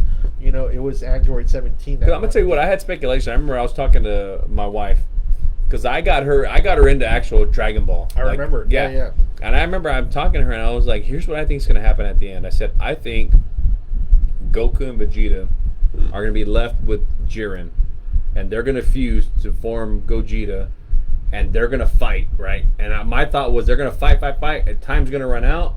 And when it runs out, their fusion ends, and they're going to win by default, because it's 2 versus 1. That's what I thought was going to happen. But no, I was completely shocked. Yeah, that's not the way it happened. Too. And then the wish, too, I was kind of like, oh, that was smart. Yeah. That was smart at 17. Because at the end, the winner was supposed to get like a wish, the ultimate wish. Anything you want in the entire world. Yeah. Or entire fucking universe. Yeah. And 17 wishes for all the universe to be brought back. Yeah. And, not the Zenos, but the Supreme, or not the, what's the name? The angel, the main angel. Oh, the Grand Priest. Yeah, Grand Priest. Yeah, he's like, oh, that. Basically, he's like, yeah, that's good that you did it, because if you would have did a selfish wish, He'd erased all you motherfuckers. Damn, I was like, yeah, they're like, oh what the shit, fuck? yeah. I was like, what the So fuck? 17, they're like, oh shit. Yeah. Yeah. And so after that, we kind of like it kind of leaves it again, and then we get into the Broly movie. Yeah. And again, me, Jack, Fiona, his wife, and Will. I think I think it was just us. It was four. just us four watching. Okay, we got tickets because it was going to be in theaters again. The second release for Dragon Ball, and we're like, me and Jack were talking. We're like, okay, we got to get tickets quick because it's gonna, Resurrection of F was fucking crazy. It was sold out. Yeah. And sure enough, the same thing happened with the Broly movie. Yep. It fucking got sold out again. We were there in the middle. We got our tickets, and man, the fucking animation was great. Man. We talk about almost coming in your pants, dude. That was fucking me. It was so cool because it kind of showed like Planet Vegeta again under Frieza's rule. Right. And when he came into power. Yes. To take over from King Cold, his dad. And it pretty much, if I'm not mistaken, they kind of kept to the same storyline almost like the original Broly movie did. Yeah. Almost. So with this, they actually made Broly Canon now because Toriyama had his hand in it. And that's what everybody was excited about when they found out Broly was actually going to be canon. Everybody fucking freaked out. Everybody was like, "Oh shit, he's going to be." Because now we have all these stream matches. Yes. What if Broly fought Frieza? Right. What if he fought Jiren? Fuck yeah. What if he goes up against Khalifa? Right. Yes. It was kind of like everybody was like fucking getting excited about. Right. This guy wreaked so much havoc on Goku and Vegeta and in Trunks their fucking blue Gohan, forms, Super Saiyan Blue Gogeta. Yeah, he was. I mean, it was like, what the fuck? Yeah, so now people are like, and so that made Gogeta canon because remember, Gogeta was only in the only in the movies. Yeah, and GT. That was right. It. Yes, and that was it. And none of those are canon. Yeah. Right. Now it is. So people are like fucking pumped. Yes. We get introduced again to Broly, to Paragus. That whole storyline. Frieza, King Code, all that shit. Yeah. It's kind of like, okay, cool, and we get Goku, Vegeta versus Broly, and it's the same. But now he's a little bit different though. He's not like movie 8 Broly, where he's under control. The whole mindset. He's not like destructive. He's not like like where he wants to blow shit up. Right. He's kind of more calm. So it's kind of like a different Broly. It's Broly, but it's kind of like a different Broly. How'd you feel about that? Like, I liked it because I honestly think, so here's what I think. I want to know your thoughts. I think eventually they're going to make him another Z Fighter, is my thought. I think they will make him a Z Fighter. I think so too. Broly of movie 8? Definitely not. He's a fucking villain. At the end, he's wild. Yeah. That necklace was the only thing that was keeping him in check. The dog collar, basically. But without it, I mean, man, he was fucking gone. Yeah, we saw that. Yeah, and so just that little blast that he does to that planet, where he's like, there was your home planet, not anymore. Right. The new Broly, I liked it. I was like, man. So I think they're gonna make him another, Z Fighter. How cool is it though that kind of like Frieza discovers him? Yeah, right. For sure. Right. Yeah. Says like, okay, I have an assignment for you guys. Right. Kind of like having another saying under him. Yes. And he's like, okay, go after these two assholes. Right, yeah, exactly. Because he's like, shit, I can't beat Goku and Vegeta. Right, so he tells Paragus, like, hey, he's like, oh, my son is pretty strong. Right, yeah, I think he might be able to do it. And, Frieza at first is, like, disappointed because, like, Broly kind of gets his ass handed to him pretty good. Like, he's not as experienced a fighter as Vegeta and Goku. But remember, Goku is like, fuck, he's basically, like, he's learning as he's fighting. Like, and what the fuck? The thing, though. That's the thing about Broly. Once he starts getting going, he starts learning as he's going. And Broly starts picking up where he doesn't even turn Super Saiyan. He's whipping their asses just normal. Pretty much his base mode. Yeah, just his base mode, and he starts whipping their asses really bad. And the animation's just super sharp, like you said. The lava's hitting him; it's not even affecting him at all. He's starting to well on him. We're starting to see Broly now from like movie 8 Broly, and he's just going ape shit on him. And he beats Goku and Vegeta, where Goku has to like teleport them out of there. He's like, okay, like fuck, reset. We got fucking reset. We gotta reset. And at that part, that's where that great moment is. They lead him straight to Frieza, and then they disappear. Like he transmutation. He fucking beats the shit out of Frieza, man. And so we're kind of like, oh shit, here's that moment that we're like, man, what if you fought Frieza? Right. And there it is, man. He just starts fucking pounding beats the on shit out of Frieza him. bad. And Frieza's like Like, and golden form even. I guess you can say he's very durable because he lasts for like about, I forget how many. Yeah, he 10 lasts minutes, for a while. Yeah, get his fucking ass kicked. Get his ass kicked before Goku and Vegeta come back. Yeah, come back with their plan. He's getting his fucking ass kicked. He is getting his ass handed to him. And they form. They become Gogeta, and still that's not even good enough. Broly still is able to fucking compete with Gogeta. Right, Gogeta, as we had said before, was supposed to be like the ultimate strongest fighter. And man, Broly was still there, taking, giving it, and this is after the Tournament of Power, way after. So we're kind of like, that's where everybody was kind of speculating about Giran. Giran was able to kick their asses, but they were competing with Giran. Here, it was just overwhelmingly Broly. The only thing is, they didn't fight Jiren as the combined form. But still, it's kind of like, damn, So, but it makes you wonder. So, I've always wondered, is Broly stronger than Jiren? Because... And see, that's the thing that started pumping up people. It's kind of like, I think he might what be. if Broly fights, Jiren? I think he might be stronger than Jiren because, again... And Jiren, man, if you haven't seen that Tournament of Power, Jiren was just like... He was fucking... When he finally maxed 100, he was fucking unstoppable. Yeah, he was. Yeah. I was like, damn. Yeah. Even Goku with his half Ultra Instinct didn't stand a chance. No. Because his half Ultra Instinct was only the defensive part. Yeah. So, man, this kind of like got a lot of people excited, And now this kind of was the difference, they eventually stopped. They kind of like stopped fighting, and Goku kind of starts talking sense into him. Right. Where, at the end, it's kind of like a hopeful... Yeah, like, hey, I'm going to take it on my wing and show you how to control... Yeah, he takes him back to the planet where they kind of crash landed on, and he's like, every now and then I'll pop in, and, me and you can kind of like start training and go at it. And it's kind of like, oh, wow, this is a lot different than, the whole history of movie 8. And, just... pure hatred, pure just rage. For and I always thought movie 8. I always thought the reason was stupid. The crying. Yeah, he hated it. He wanted to kill him because he was fucking crying too loud. I'm like, how fucking dumb is that? I will say the one thing I hope they don't do with because we know that Broly again, by all rights, by movie 8 was the actual legendary Super Saiyan. Yes. So I hope that this Broly they don't fucking end up watering him down.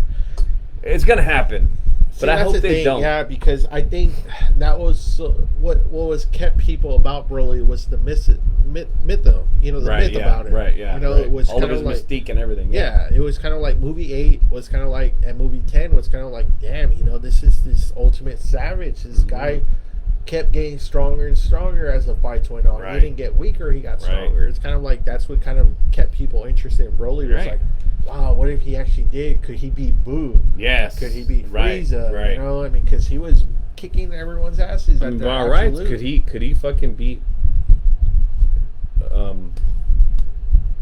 Beerus? Yeah. It's like Beerus. Shit, Yeah, because this guy's not even like turning like Super Saiyan. Yeah, he's just his base form. Yeah, and so it's kind of like, damn, they can do so much with Broly, but it's kind of like, how much do you do with Broly? Right.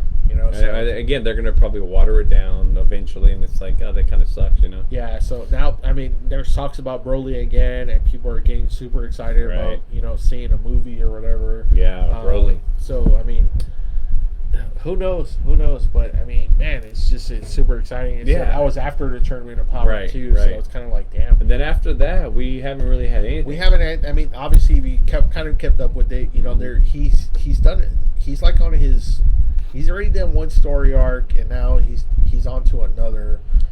Because like that's so I don't. Yeah, I don't read the comics. I don't either. I know the comics are. Yeah, I know the comics are ahead of the actual anime. Yeah, so. I've just read to see kind of like what's going on. Like I get like a summary, kind of like the cliff notes of like obviously there's a wizard. Right.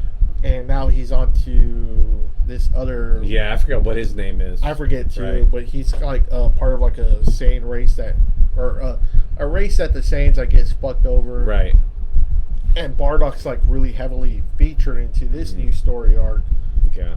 It's like saving him, and all that stuff. So it's kind of like, we'll see. They said it's supposed to be coming back this year with something. He's supposed to be coming back. Well, because they're gonna have that movie that's gonna really heavily, and then we bring back the River Benarvi in that movie with Gohan. Okay.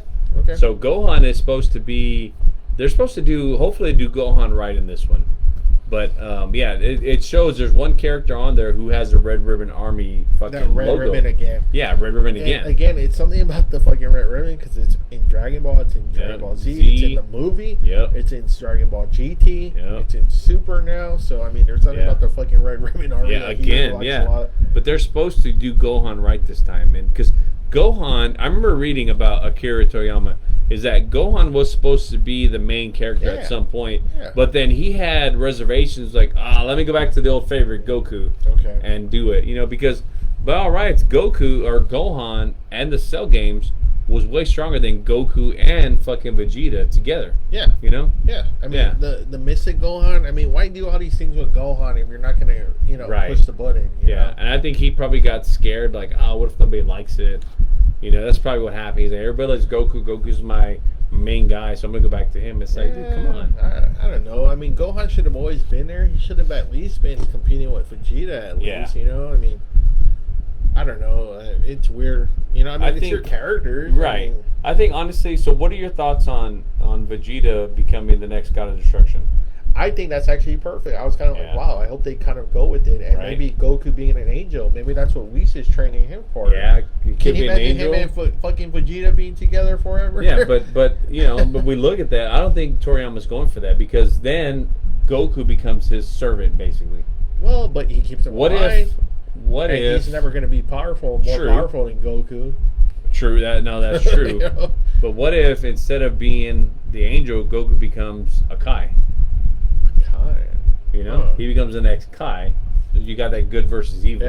Yeah. The only difference in that is the Kais are always supposed to be weaker. Right. Yeah. But in this case, we know it's not true. But I don't know if Vegeta can push that button again anymore. I think the Majin Vegeta was the last time you probably would see him being like a god of destruction.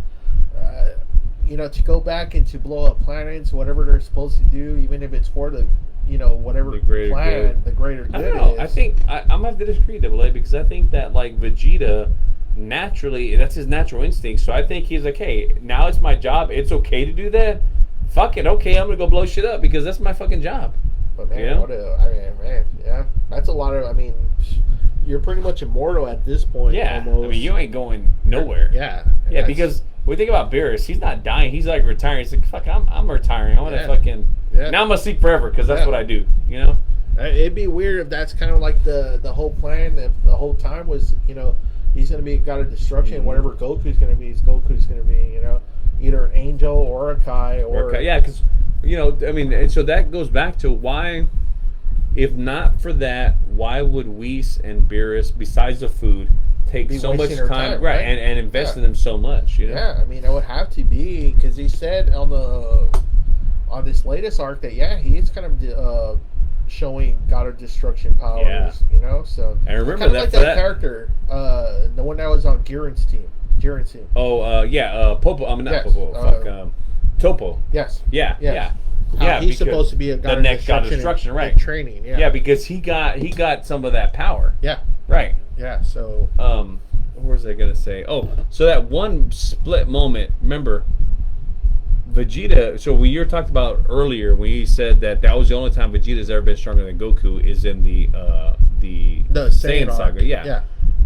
But remember, on that boat when Bulma gets slapped by Beerus, he's like, "That's my Bulma," and he actually fucking lays a shot on Beerus. Yeah. So at that split second, he was stronger than Goku at that split second. Just for a split second. Yeah, but still, but he was right because Goku can land a fucking hand on him. I mean, and that was just Goku. That was just Vegeta in Super Saiyan form. That was it. Yeah. Goku in Super Saiyan 3 couldn't do jack shit to fucking Beerus. He couldn't. That fucking rage got him like that. Beerus was ready for him though. You could say that was kind of like a sneak attack on Beerus. Yeah, but I mean, if Beerus is the god of destruction, he would see shit coming. So when because think about it, right? Like Beerus, okay, Usain Bolt, right? Yeah. Versus like you and me, okay? Right? That's like you're Usain Bolt, I'm me. I'm gonna fucking run at you. You're like, motherfucker, you're gonna get out of the way. So that's what Beerus is. He's Usain Bolt and Vegeta is me. Yeah. Even though he didn't expect it, he would see me coming and he'd gonna fucking dodge it, and he didn't. Yeah. So that's why I think I was like, for that again, a split second, he was stronger than Goku. Yeah. Yeah, but I don't think he's ever gonna. Nah, he's never gonna top cross Goku. that mark. Nah, because ever. fucking, I mean, that's Akira Toyama. He's like, yeah, I'm not gonna do it. Goku is his ultimate. Right, his Goku bread and has butter. become such a big icon that there's no way he's ever gonna let him slip out again. Yeah, no, I agree. I mean, And even here in America, he's so popular. he is. Now. So let me ask you, your favorite Z fighter out of all of them is who? Piccolo. Piccolo. Mhm. Okay, mine is Vegeta. I think I'm a if Vegeta you fan. gave Piccolo the same power level as the other ones, he would whip their asses. Yeah. I think he's a better fighter than Vegeta. I think if you put him on equal planes with Goku, it'd probably be a draw almost all the time. Yeah. Yeah, I think if you gave Piccolo the power, I think Vegeta. I mean, I'm sorry, but I think Piccolo has the advantage because Piccolo he has the ability to grow limbs and shit back. Yeah. Where if he cuts off Goku's arm, Goku's fucked. Yeah, he's fucked. Right, Yeah, yeah. like Gohan. Right. Yeah. Yeah. Yeah. So if you give him the equal power, I think Piccolo wins that battle. I think. Well, yeah. Yeah. Could For be. that, simply for that reason, you know. So let me ask you one more question on talking about Piccolo. The Super Dragon, where that creates Super Dragon Balls, right? That creator, is he a Namekian? Ooh. Because we know that the Namekians are ones that create the They're Dragon the only Balls. ones, right? I Yeah. mean, they have to be. They're the Right, only ones so- who, in the whole universe, that have that ability. Right, to create them. So Yeah. is he a super, a god Namekian that created those Dragon Balls, Right. Super Dragon Balls, right? Yeah, I Could would be. think so. Yeah. I would think so. Mhm. Yeah. One of the badass ones that I think has like one of the coolest techniques is Tien, and it's too bad that they never really showed too much of it. Mhm. But I think he has like a lot of the badass techniques. You Yeah. know, Cell used them. Yeah. You know? Yeah. I mean, I think it's cool. The Tri-beam. the tri-beam. Yeah, right. Tri-beam, and then the solar flare. Solar flare. Yeah, and because the separating his bodies. Yeah. Yeah. That's true. He Yeah. did. Yeah, that's right. We didn't talk about that. Yeah. He has so many cool different He techniques. does. Yeah. Krillin learned the solar flare from him. Yeah. Let's start using solar flare. And then the separating the bodies to confuse your opponent. Yeah. Yeah. No, that's right, man. That's a good point. Yeah, so I think Tien, man, that'd be cool if they actually did more with him. You know. Yeah, because I like Tien a lot. I really do. Yeah. As a human, I think Tien to me, even though there's speculation on Roshi, I love Roshi, but Yeah. but I think Tien has better techniques than Roshi. Now Roshi has the evil containment wave, which is cool. But as far as like various techniques, I mean, Tien has some pretty cool Well, shit. obviously, what puts maybe Master Roshi over Tien would be the Kamehameha whip. Yeah, true. That's That like is true. Goku's like bread and butter. Yeah. Out there. Is Well, like but then again, Kamehameha. Goku learned that shit how young, right? And Yeah. even Master Roshi was like, "Fuck, it took me But still, thousands of it's- years to create that But shit." still, it's kind of become like his. That's Master Roshi's, and that's become like his thing. you know? Right? Yeah, that's true. So No, yeah. that is true. And as a fighter, I mean, man, he's kicked their asses at one Yeah. point or another. Yeah, he has. When it's just a hand-to-hand fight. Yeah, without all the power, without all Yeah. the, Kamehamehas and all that shit. Yeah, he'll beat the shit out Yeah, of him. he's beating them. So it's kind Yeah, I of. agree. It's like, damn, fucking Roshi. The one thing, I don't remember, maybe you remember, but did they ever show, because I know in the video game, we talked earlier, maybe we'll talk about video games, Yeah. but I remember I introduced you to one of the video games, and the video game that I introduced you to, which to me is still the best video game, even though it's so old, is Dragon Ball Z Budokai Tenkaichi number 3. Uh-huh. And so, in a lot of those games, Goku does it's almost like he does the Kamehameha, but it's a transporting one. So he'll be like Oh yes. up yes. here doing the Kamehameha, and then all of a sudden he's right in front of you and he fucking blasts, right? So I'm like, why did they never use that in the show? Or did they? I don't remember if they used that in the show. Man, I want to say maybe in Z. I can't tell you which one, but fuck, I can't remember which Yeah. I feel like it might have been in Cell Saga, but I could may be have wrong. been. Yeah. It may have But been. that's a great technique, right? Like you're up here in the sky, you're doing your Kamehameha, and they're like, yeah, and then instant I can fucking- transmission, right? Yeah, instant transmission. They're right in front of you and Yeah. they fucking blast Right. you. Oh shit. Yeah, nobody sees that coming, right? Yeah. Yeah, No, so I'm no. like, I feel like there's a few things that they should have used more often in the show. I mean, with the game creators, he can probably do a lot more. Obviously, more than the show Yeah. than probably what he's thinking of at the time. Right, that's true. Especially You know? because the games are coming out well after the Yeah. anime, so you're like, Yeah. oh, let's throw this in there. Yeah, that's Yeah. true. True. Good The point. games. How would you rate the games? Speaking of the games, how would you rate the games? Are they good, solid? They are. So I'm gonna be honest. I'll be perfectly honest with you. I haven't really played any of them beside or after Tenkaichi Budokai 3, and just kind of reading online because I was like interested in getting new ones. Like, man, I want to try the newer Yeah. games. But there are still many people that say, besides all the new stuff, the best game out there is the Budokai Tenkaichi 3. Really? Yeah, Okay. and that came on the PS2. I remember I had it. Right. That's right. Yeah. I had it, and I was like, you know what? I'm gonna sell it. So I sold my copy. Oh. Right. I bought the copy at the store for $20. I sold that copy for like $175. Damn, what the fuck? It's Holy fucking shit. crazy. And to this day, it still commands a high price. It Holy commands shit. over $100 for that fucking PS2 game. Why that one out of everything? Because else? that's what I mean. Everybody still says this is the fucking ultimate game. Wow. The graphics were great. The move set was great. Everything. The gameplay was great. You can go through the whole saga. It was just great. It was so much fun at the time. Damn.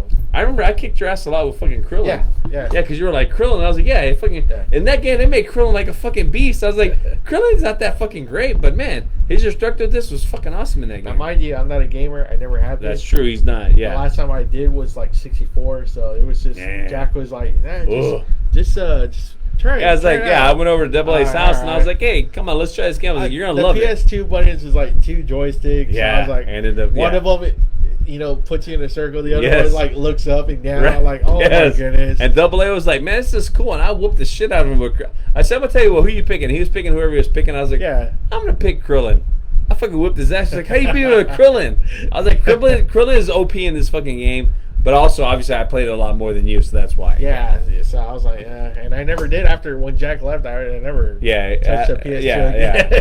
No, Double A was like, nah, I ain't playing. Yeah, I'm not a gamer, yeah, so right, yeah. no. But no, by all rights, people say that's the best Dragon Ball Z game ever. Wow, and then Still. for that price too. Shit. Right? Yeah. Wow. Right. Mm-hmm. Wow. So man, that's crazy. Yeah. And so there's also supposed to be coming after the movie. There's talks about like a part 2 to Super. Have you heard about that? No. Yeah. So I was reading, and they're supposed to, after the new movie, which is going to be featuring mainly Gohan. Did you see the trailers on those? No. Okay. No. Yeah, check them out. There's 2 trailers that feature Gohan, and I would say the animation is way completely different than what we've seen.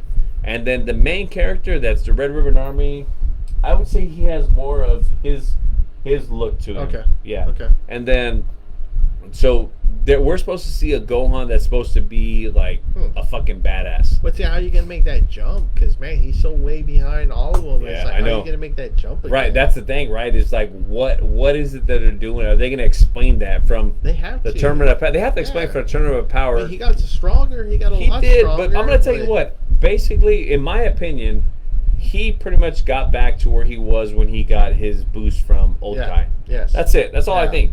He got back to that strength, which Yeah. was strong as fuck. Because, again, that's stronger, in my opinion, stronger than Super Saiyan 3. It should've Right, been. so he Yeah. would have been on level with maybe Super Saiyan God, maybe at that point. Red one, not blue, but the Yeah. red form. Yeah. Right, so I think he's at that level. But the fact that he barely got back to that point, if he would have stayed there, he could have been eons above. Oh, man, you know?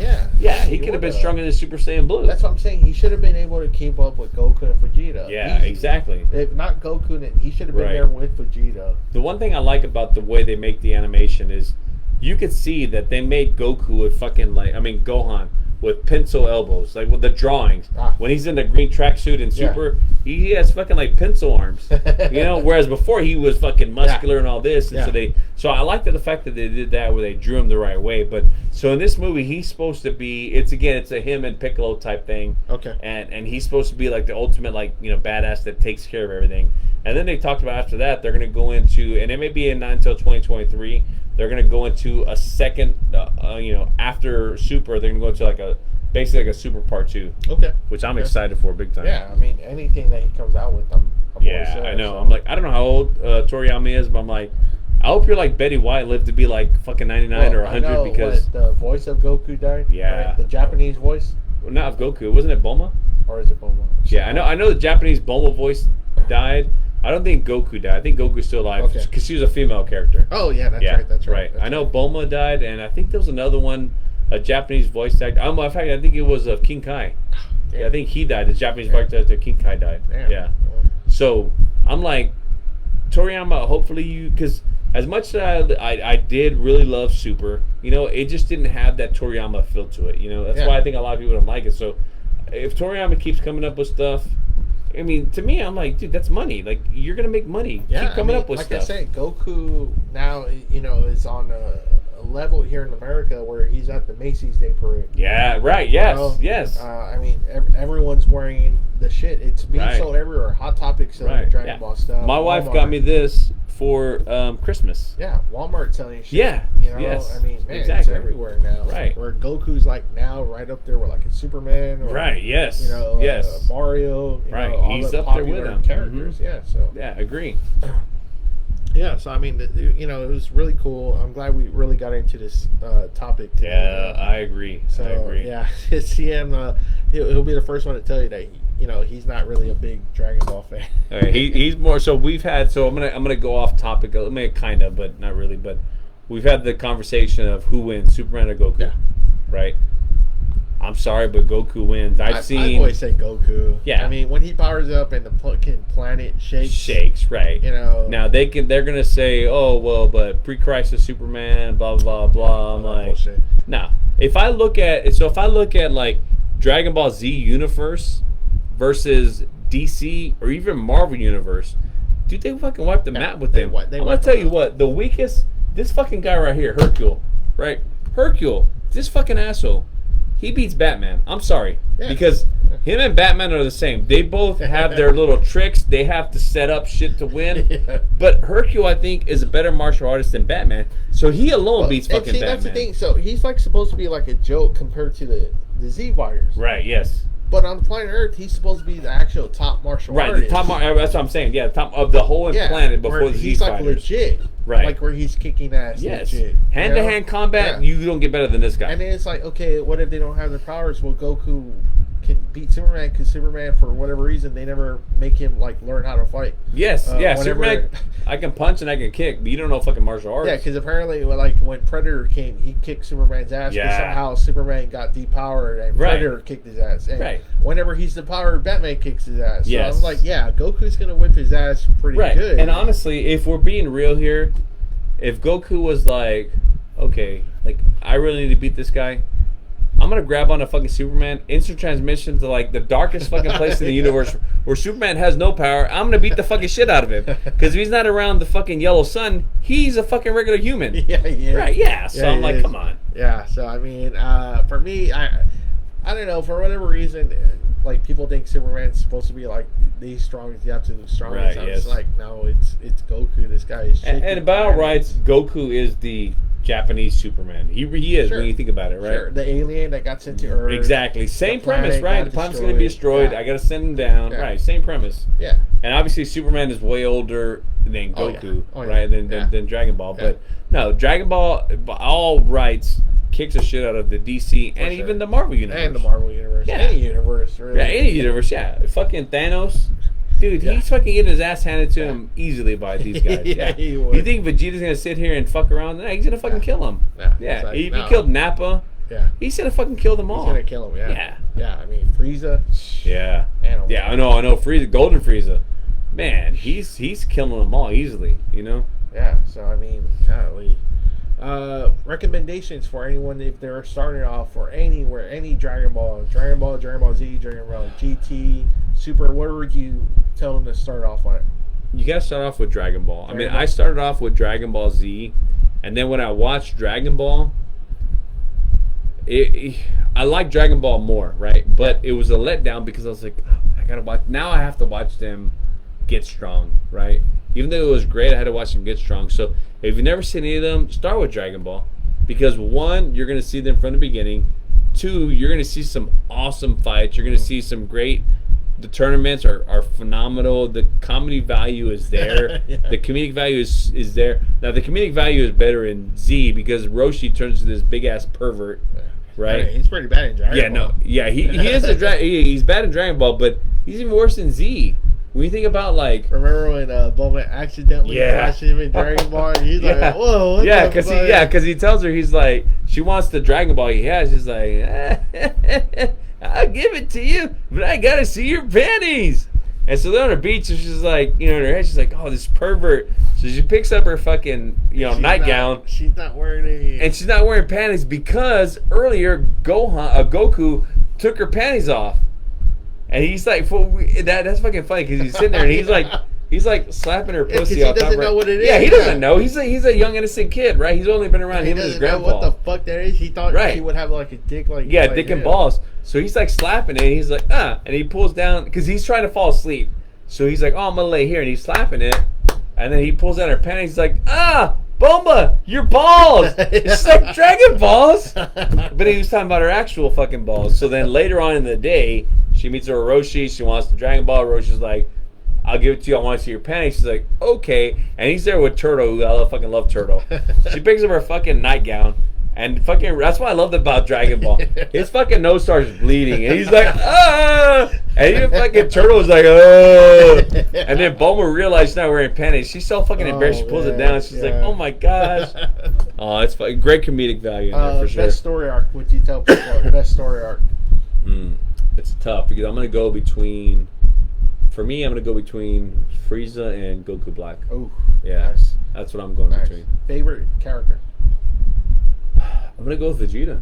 I have to go with Vegeta. Man, Vegeta's not even like close to being my favorite. No? No, man. I have to go with Vegeta. So, okay, if I'm going to say good guy, Vegeta. Bad guy, Frieza.